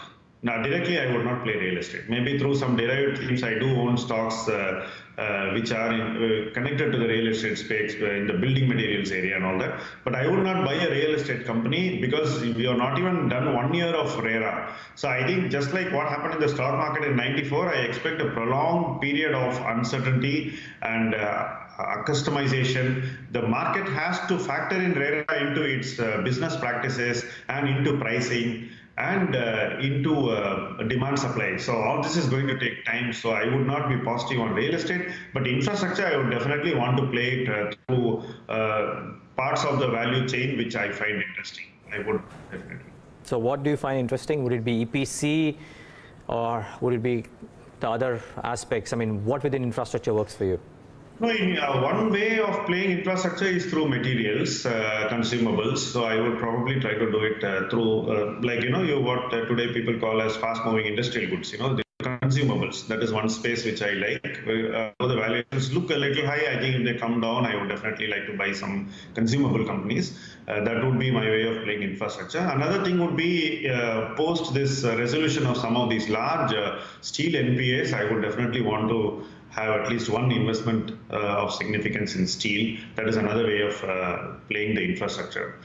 I would play it through materials, basically. I would not play it through people who implement these projects, because I think that infrastructure is a capital-hungry business, and I would rather play it through businesses which are able to generate reasonable cash. Okay. Lastly, Shyam, a couple of these unorganized to organized movement businesses off late have caught fire, especially the dairy space, which is on a roll like none other that I've seen in the recent past. Anything that you believe is on the beneficial side? I would presume building materials is one, the unorganized to organized play, but anything else, dairy or GST-led beneficiaries, if any? I have been a dairy investor for over a decade. I would like to sound a word of extreme caution on dairy. Sorry, it's not an easy business. You're sounding a word of extreme caution on dairy? Yes. Why so? I mean, all managements that we speak to. I think that we are oversimplifying things. It is a very low margin business. There are a lot of variables. Parts of the value chain, like milk powder, is not going to do well. And I think there is a lot of farm stress at that prices of milk cannot be where they are today. So I think that we are essentially oversimplifying investment in dairy. And so I would be cautious, and my investment stance on dairy has changed. I want to record that in this conversation. Okay, Shyam, we'll leave it at that. Thanks so much for taking the time out and joining us and giving us that perspective. That's Shyam Sekhar of iThought with his thoughts. Remember, I mean, interesting. He's saying that he's a very old investor in dairy companies, and he believes that you should take it with a pinch of salt. It may not necessarily turn out to be the best trade. So do watch out for that as well. The market's very flat. We take a very, very quick break. On the other side, we have this very important discussion about the US tax law changes and the impact that it could have on the Indian businesses and flows as well. And of course, talk about how is the Indian industry slated to benefit from the holiday season with Madhavan Menon of Thomas Cook.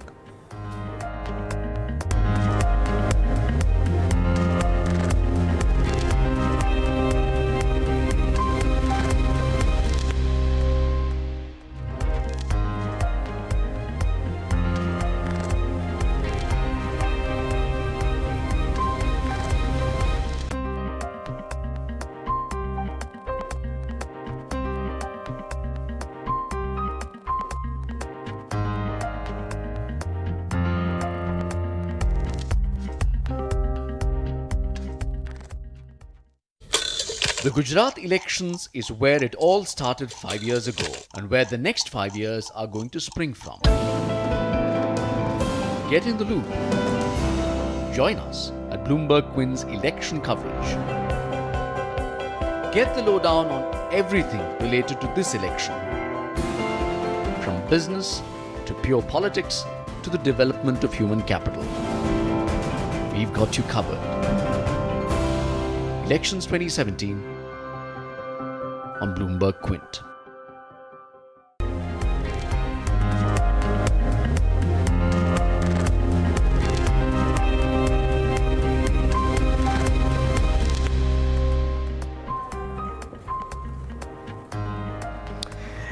back with Indian Open right here on Bloomberg Quint. Let's touch base with Madhavan Menon of Thomas Cook. There's so much to talk to him about. I'm starting off with the opening peg of how the recent reports suggested that the Indian holiday season in the month of November, or the tourism industry in the month of November, tourist inflow in November has actually seen a big spurt compared to what we've seen in the recent past.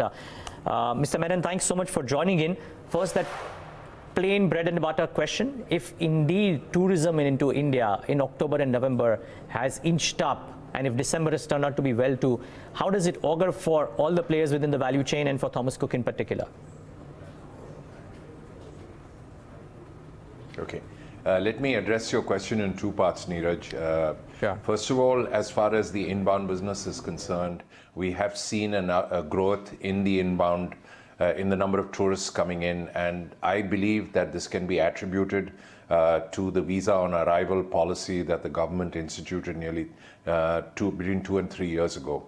We're seeing the full wind blow through on this, and therefore tourists are finding it much easier to get visas, and therefore are traveling in greater numbers. I must also give credit to the fact that the government, in addition to the visas on arrival policy, have also changed the advertising strategy that they've undertaken in various countries around the world. And I think that is also beginning to kick in. And we could attribute both these aspects to the greater flows. Lastly, you'll appreciate that both Europe and the US economies are recovering, and therefore the number of tourists that are traveling from these two continents into Asia has grown significantly. Anywhere in Southeast Asia, you will find that there is an increase in tourists, and I think India just validates that aspect. So has outbound and inbound both been great for you, Mr. Menon? Because if I look at the numbers too and break it up into segments, your travel and related services for first quarter, for second quarter have both done extremely well. Is this a pattern that will last and probably improve going ahead? Yeah. So I actually, that's the other part I wanted to address, is that first of all, the first quarter 17-18 and the second quarter 17-18 are essentially months when actual travel take place. The metric that we use to measure upcoming travel is the booking, forward booking numbers.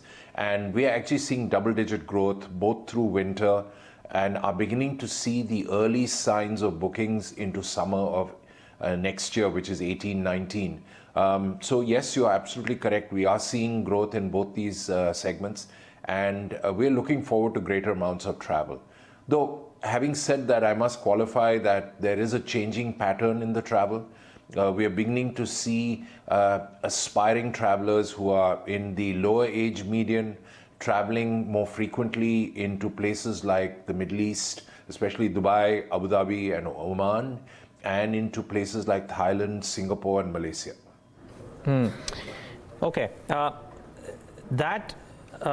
Having been spoken about, let's talk about the financial services business and the other allied businesses as well. If you can revisit the Tata Capital acquisition and what this would do to the overall console books and business, more importantly, over the course of the next 18 to 24 months.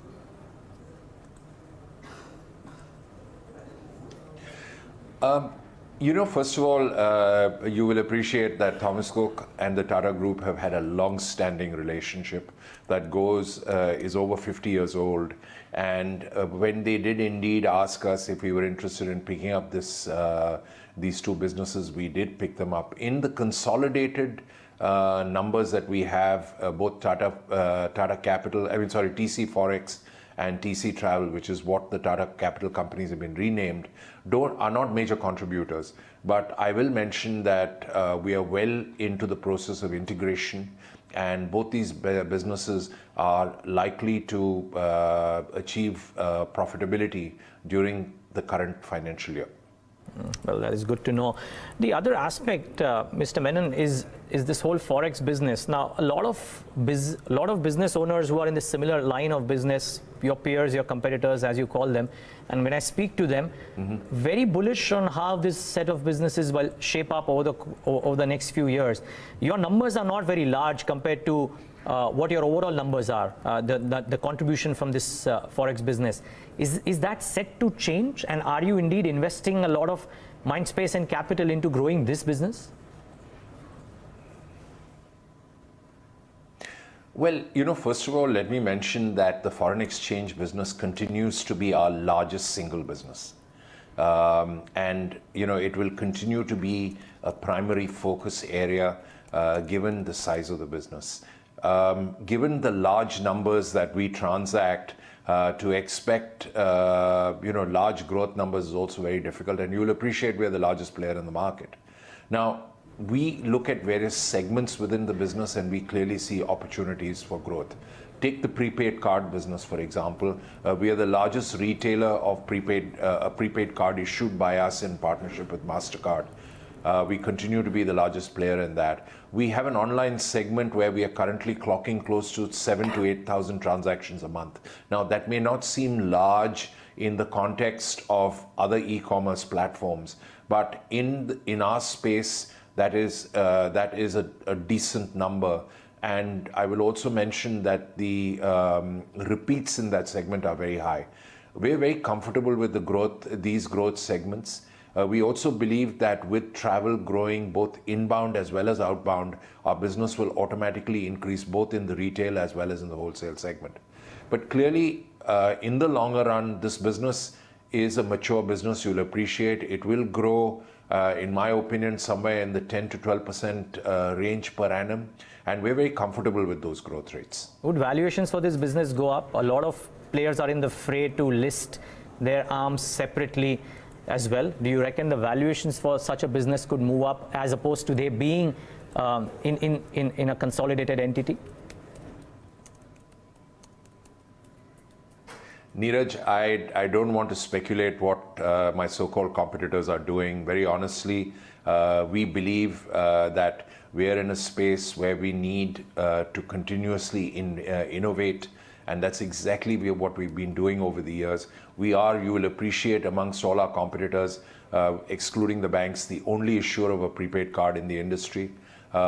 We continue to make large remittances out of the country. Lastly, in the money transfer business, I think we've achieved a first. We are the principal agent for three of the largest money transfer businesses. One is Western Union, the other one is MoneyGram, and the third one is Express Money. Now, we intend to expand our network in the money transfer business because we actually believe that while that has grown significantly over the last 2 years, we would see even greater growth. That is an area that we would also like to focus on. Great. Would have loved to talk more, Mr. Menon, but out of time completely on this leg. Thanks so much, though, for joining in and sharing some thoughts about the business, and all the best for this holiday season. Thank you. All right, that was Thomas Cook. Now, this morning on Indian Open, we spoke to you about the potential impact on India of the US tax reform that is currently underway. Remember that the two bills are being reconciled, and we should have a final bill signed by President Donald Trump by the end of this year. So why are we examining this? Because I think some of the changes will have impact on how US corporations invest in other countries, and I think that is critical to be able to understand whether it will impact, let's say, emerging markets like India and the foreign investments coming in.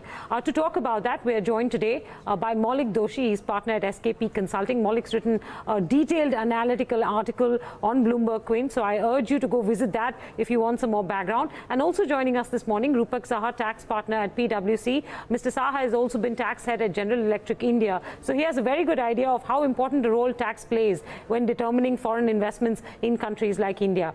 I'm going to sort of compress, Maulik, the key takeaways from your article and your analysis into 3 quick points. One is that the reduction in the headline tax rate of US corporate tax from 35 to 21% will make it more sort of attractive for US corporations to make profits in the US. could impact transfer pricing policies or how they remunerate Indian subsidiaries. That's point number one. The point number two that you made was the move to a territorial system of taxation. Effectively, this means that there is no incentive anymore for US corporations in retaining profits overseas, because they now get to bring those profits back into the US in an almost tax-free fashion, except for a one-time tax. And the third one was this 20% excise tax that you've spoken of in the article, where you've said that this will apply on payments made by US corporations to their subsidiaries elsewhere in the world. And effectively what this does is potentially increases the cost of outsourcing by a US corporation, right? All three put together, is it your assessment that this could substantially change the way Indian subsidiaries of US MNCs, sort of behave financially, the way they invest in India? Yeah, I think so. It would kind of have a substantial impact on the way Indian subsidiaries, or for that matter, any other country in the world, they behave. US multinationals would now kind of try and put more profits and more income back in USA. Because of the tax litigation in India, sometimes the companies were conservative and kind of having more markup, more profits in India. There is no incentive further to do that. In fact, they will be kind of much more beneficial keeping more profits in US rather than keeping it in India. In fact, outsourcing or contract manufacturing or pharma R&D activities that take place in India is going to get more costlier with this kind of a thing. The final thing on the excise tax is still not out. So the House committee and the Senate committee were completely apart in terms of how the overseas payments would be taxed.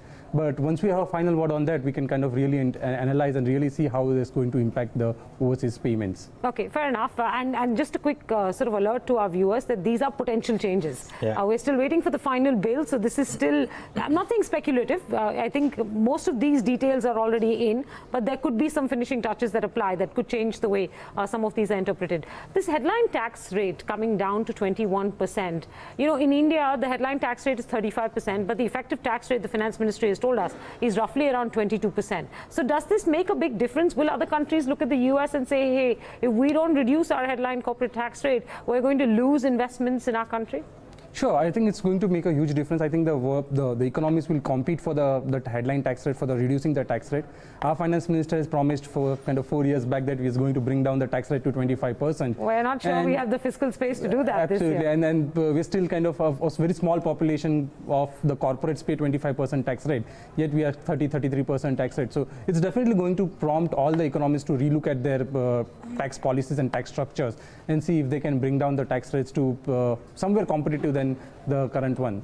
And like you mentioned, the fiscal balance needs to be maintained, so I don't know how India is going to react.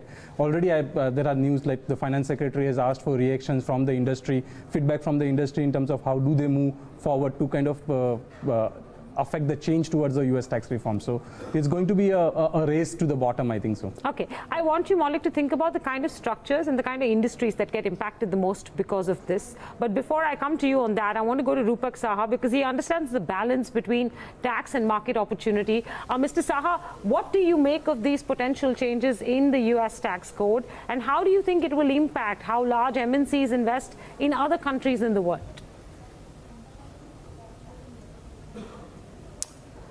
Yeah, my take is that I think people need to be more circumspect. My take is I think the tax profession and the media is getting perhaps ahead of the curve over here. Okay. A lot would depend upon which version of the bill and how do they reconcile with each other. With due respect, I'm not necessarily immediately aligned with Maulik that outsourcing costs will jump up. Partly because unlike the earlier border tax, now this excise tax is, or even for that matter, the Senate version, I think is applicable only with respect to related party payments. The earlier version of border tax, was impacting even unrelated party payments. That's point number one. Even in the context of the border tax, let me also point out that there is a provision of deemed foreign tax credit. So, for example, if any payment which is being made to an Indian related party, while that is subject to a US tax of 20%, but against that 20%, if the Indian related party opts for what they call for an effective connected income option, by which the 20% will be on a net income basis, and against that net income basis, you would get a deemed foreign credit of 80% of the foreign tax. So if the Indian tax rate is anywhere over 25% on those payments, then there is actually no excise tax back in the US.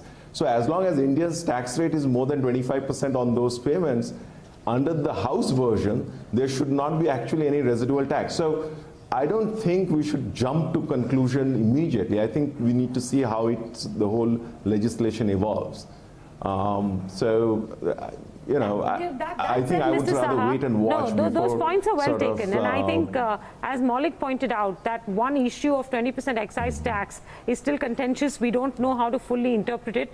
But, you know, how do you read the broad thrust of this US tax code? And the broad thrust is this: US corporations should invest in the US. US corporations should bring their overseas profits back to the US. That seems to be the broad thrust. And while we understand that from a US growth perspective, we've got to try and understand whether it could have any impact on foreign investment in India, especially by US corporations. What's your assessment on that?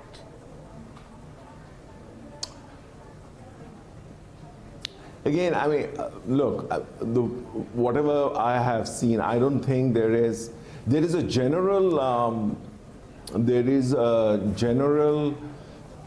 feel that yes, because of protectionist policies in the US, or because of the economy getting incented by the current Trump administration in the US, businesses have looked more inwards, US businesses have looked more inwards and seen what more they can do in the US.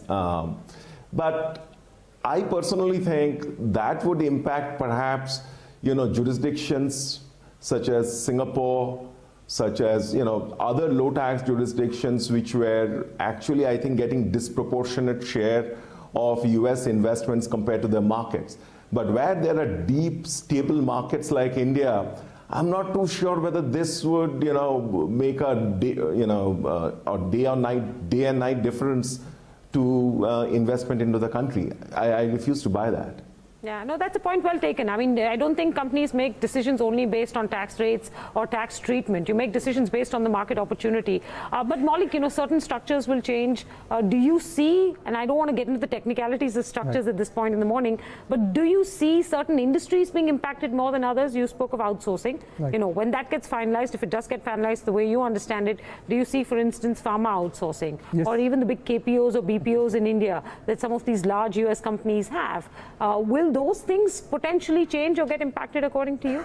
Yeah, absolutely, because I still see that if there is this excise tax or whatever B tax that they call it in USA, if industry is operating out of an SEZ unit in India, they don't pay any taxes here in India essentially, apart from the MAT. So the overall tax cost is going to rise for these companies. So be it pharma outsourcing the R&D centers that are there, all contract manufacturing companies which are kind of outsourcing the work here, ITCS space, the entire thing is going to get affected. So those are the top three industry that's definitely going to get affected. So ITES, pharmaceutical and all contract manufacturing. Absolutely. Other thing is from an Indian outbound perspective, Indian multinationals operating in the USA. Yeah, that's the other one, right? Indian IT companies setting up businesses in the US. So till now how the mechanics is working is the Indian IT company having a subsidiary in USA always would treat US company as a kind of a cost plus entity, remunerating with them a very small markup. Now with this dynamics, I'm sure the Indian multinationals also would want to park their profits in USA rather than bringing it back to India and tax it in India. So the transfer pricing dynamics in those scenarios, in those models also would change. So it's definitely going to get an impact on the India-US tax trade and the investments. Okay. Mr. Saha, how would you react to the fact that while we understand that this will not have an overwhelming impact on investment decisions, certain structures, certain industries might be more impacted than others? In your assessment, which ones could they be?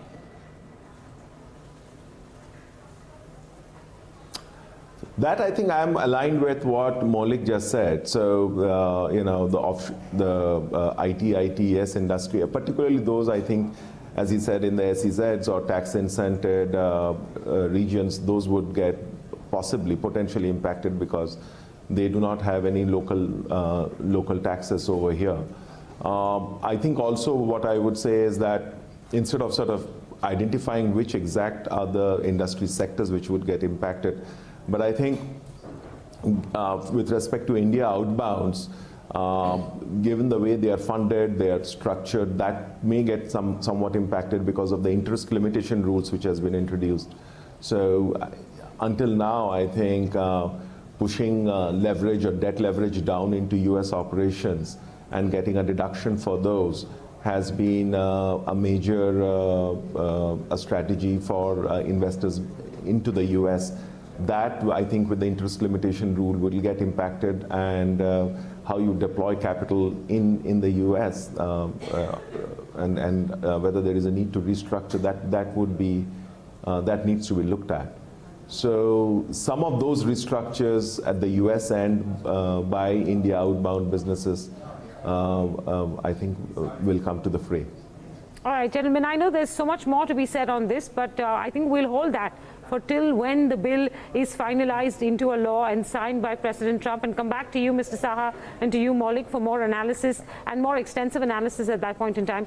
This was not to, alarm any investors, but just to give them an idea that structures could change, financials could get impacted in some ways, but large investment decisions, I don't think, as both our guests have pointed out, will change just on the basis of this. So it isn't as if FDI flow will suddenly stop coming to India or reduce, but yeah, you have to be alert to some of these things because they do end up changing how financials are calculated and things like that. So. Yeah, but well, thanks so much, gentlemen, both of you, for joining in today and giving us your perspectives. Before we wrap up the show, just a quick check on the markets, and nothing really. It's a flat day of trade, but it's turning out as per script. I would have been really surprised if the markets would have been gung-ho ahead of such a key event slated to come out later today and over the next 2 days. So flat as flat can be. That could well be the order of the day. Maybe some weakness towards the latter half because of the Bank Nifty weekly expiry.